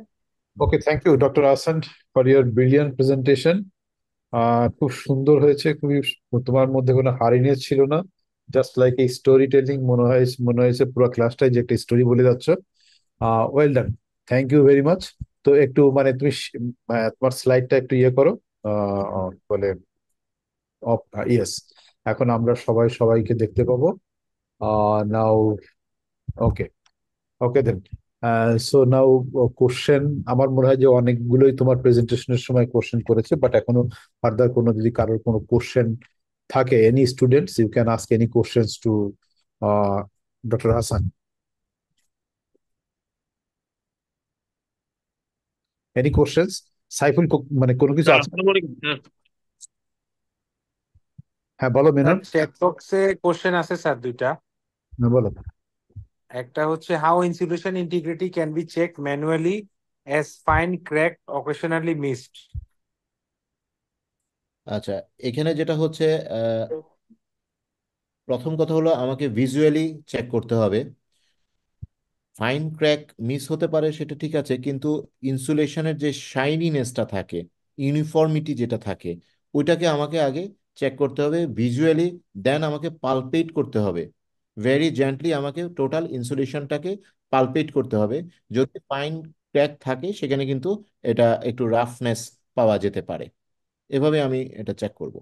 আরেকটা হচ্ছে, যদি গ্রস কোনো ইয়ে থাকে, আমরা যখন আমরা জানি যে ইনসুলেশনের যে টিউবটা ওইটাকে আমরা খুলে নিতে পারি, কিন্তু আমরা ভিতরে ফোর্সেপ থেকে এটা আলাদা করতে পারি। এবং আমি যখন একটা আহ, ভিতরে ওয়াশ করব, সেক্ষেত্রে বলা হয় যে একটু হাইড্রোজেন পারক্সাইড দিয়ে যদি করা হয় ভিতরে টিউবের ভিতরে, ক্র্যাক থাকলে কিন্তু এটা বাইরে থেকে অনেক সময় যে ফোমটা কিছুটা বোঝা যায়, এভাবেও চেক করার একটা ওয়ে আছে। আর কোনো question? Any more question? Okay, এখন দেখি আমাদের কমেন্ট। মানে আজকের যে ক্লাসটা হলো, আমার মনে হয় যে এটা নিয়ে student will be immensely benefited এবং নিজেরা একটু চিন্তা করবে আবার কোশ্চেন গুলো। আমার মনে হয় যে বেরিয়ান লাভেও বেশ কিছু লেখা আছে ওখানে। আর ফিউজটা একটু তোমরা just it is free, download করবে, ডাউনলোড করে নিজে একবার প্র্যাকটিস করবে। আমার মনে হয় এখনই যদি এটা কাজটা সেরে নাও, তাহলে কনসেপশনটা অনেক বেশি ক্লিয়ার হবে about this uses of the electrosurgical devices. So with this few words এখন দেখি কমেন্ট আমরা একটু নেই। মার্গো স্যার আছেন? Professor Margo Hossain sir? আমার মনে হয় স্যার লগ আউট হয়ে গেলেন, একটু আগেও দেখেছিলাম। প্রফেসর মার্গো হোসেন স্যার আছেন? নো। শহীদ? ইউজটা কিভাবে ডাউনলোড করবো স্যার? গুগলে গিয়ে স্যার? আচ্ছা, এটা একটা বই আছে অ্যাকচুয়ালি, স্প্রিনজারের একটা বই আছে, SAGES manual on the fundamental use of surgical energy. এটা ফ্রি ডাউনলোড করা যায়, এটা একটা স্প্রিনজারের একটা বই আছে। facedidactic.com, ওখানে তোমরা গিয়েই দেখবে যে ওখানে তোমরা জাস্ট লগ ইন করবে, একটু মেম্বারশিপ এটাই করতে হয়, দেন ইউ ক্যান পার্টিসিপেট। ইউটিউবে ফিউজের ভিডিও আছে অনেকগুলা, একদম ডিটেল ভিডিও আছে। হ্যাঁ, ডিটেলস আছে। আমার মনে হয় যে সরাসরি স্যাজেস অনলাইনে গিয়ে করাটাই, ওখানে গিয়ে তুমি মানে স্টেপ ওয়াইজ সুন্দর করে ওখানে ইয়ে আছে। প্র্যাকটিস ইট প্লিজ, প্র্যাকটিস ইট, সবাইকে রিকোয়েস্ট করছি এটা। ওকে, আজকে দেখি একটু কমেন্ট নেই। ইয়ে কে আছে? Shiuli, will you want to make any comment? Sir আসসালামু আলাইকুম। স্যার শহীদ বলতেছিলাম স্যার। হ্যাঁ শহীদ। স্যার প্রথমে আসানকে স্যার ধন্যবাদ যে একটা মানে টাইম ডিমান্ডিং টপিক, কারণ যে পরিমাণ লিটিগেশন এখন আসছে এবং আমাদের এই অপারেশনের মানে যত প্রেক্ষাপট বাড়ছে, এনার্জি ডিভাইস ইউজ করার প্রেক্ষাপটও সমানতালে বেড়ে উঠছে। তো এগুলা সম্বন্ধে যদি এখন থেকে সাবধান না হয়, তাহলে এগুলার রিলেটেড যে কমপ্লিকেশন সেগুলো অনেক বেশি হ্যাজার্ডাস হবে। তো এই আজকের ক্লাসের মাধ্যমে ওরা অ্যাটলিস্ট একটু জ্ঞান অর্জন করতে পারবে যে প্রত্যেকটা ডিভাইস আন্দাজের উপরে চালানো যাবে না, প্রত্যেকটারই লো ডেসিকেট বা যে মোড বা 30 কতটুকু রাখতে হচ্ছে, প্রত্যেকটা অপারেশনের আগেই অপারেশনের মেরিট বুঝে সবগুলা সিলেকশন করতে হবে। তো ও আসান খুব ভালোভাবেই সবকিছু কাভার আপ করার চেষ্টা করেছে। তা আমার বলে এটাতে স্টুডেন্টরা অনেক বেশি উপকৃত হবে। Thank you sir.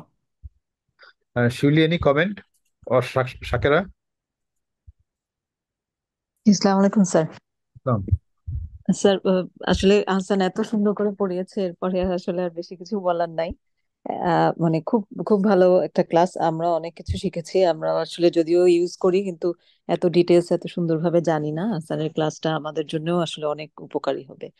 আর যেটাও যে স্যার বলছিলেন যে আমরা তো এত পাই না ডায়াথার্মি বার্ন বা এরকম, একদম পাই না এটাও মনে হয় না। মানে আমার কাছে কিন্তু মানে অনেকগুলো পেশেন্টস আর আসছে যে যারা মানে বিভিন্ন জায়গা থেকে অপারেশনের পরে ইভেন, মানে আমি নাম বলছি না, অনেক ইভেন প্রফেসর লেভেলেরও মানে অপারেশন করার পরে পেশেন্টদের এরকম মানে ডায়াথার্মি বার্ন নিয়ে একাধিক পেশেন্ট কিন্তু স্যার আমার কাছে আসছে। আমি আমি জানি না, হয়তো আমার কাছে বেশি আসছে, এরকম হতে পারে, কিন্তু আমি এরকম পেশেন্ট স্যার আসলে পেয়েছি, এরকম ডায়াথার্মি বার্ন নিয়ে কিন্তু পেশেন্ট মানে আসে।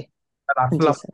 কোনো সেন্ট্রাল স্ট্যাটিস্টিক্স নেই, তো এই জন্য অ্যাকচুয়াল। জি স্যার। জি জি জি ওকে, থ্যাংক ইউ। জি জি থ্যাংক স্যার। Thank you. জি, আসসালামু আলাইকুম। Thank you so much. Assalamu alaikum all the participants, all the teachers. আমি কি বলবো, এটা আমাদের আবার একটু রিভিশন হয়ে গেল এবং আমরা নতুন নতুন আরো কিছু শিখতে পারলাম হাসানের প্রেজেন্টেশন থেকে। এবং আমরা যখন এগুলো সবগুলো ডিভাইসে বলতে গেলে আমরা ইউজ করি, তাহলে ইউজ করতে গেলে আমাদের ট্রেনিরা যখন এগুলো ইউজ করবে তখন হয়তো তাদের যে পারফেকশনটা আরো পারফেক্ট হবে।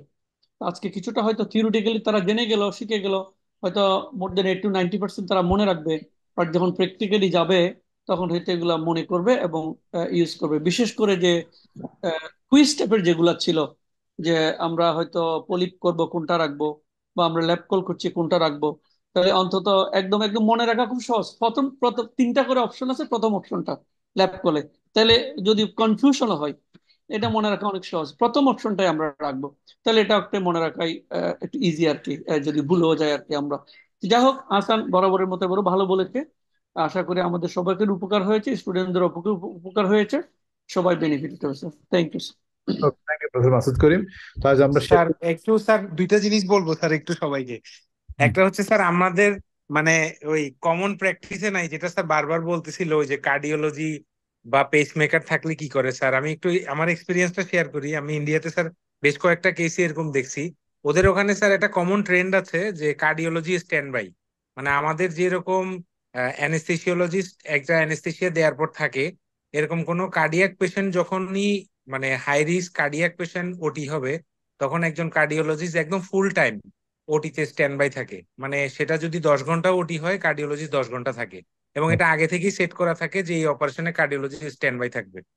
এবং আরেকটা হচ্ছে যেটা স্যার ওই পেসমেকার, পেসমেকারের যেটা, হ্যাঁ পেসমেকারের যেটা, ওটার স্যার একটা ম্যাগনেট থাকে। ডিফিব্রিলেটর তো আলাদা জিনিস, ওটা ম্যাগনেট এবং ওই কোম্পানির রিপ্রেজেন্টেটিভ, যেই কোম্পানির ম্যাগনেট ওই কোম্পানির একজন রিপ্রেজেন্টেটিভ তখন ওটিতে প্রেজেন্ট থাকে।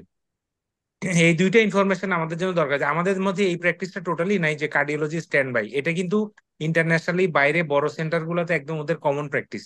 যে কোনো হাই রিস্ক পেশেন্ট, শুধুমাত্র পেসমেকার না, কার্ডিওলজি স্ট্যান্ড বাই ওদের একটা common practice. Okay, thank you. Thank you.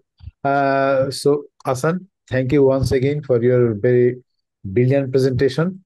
Really, I'm happy with you.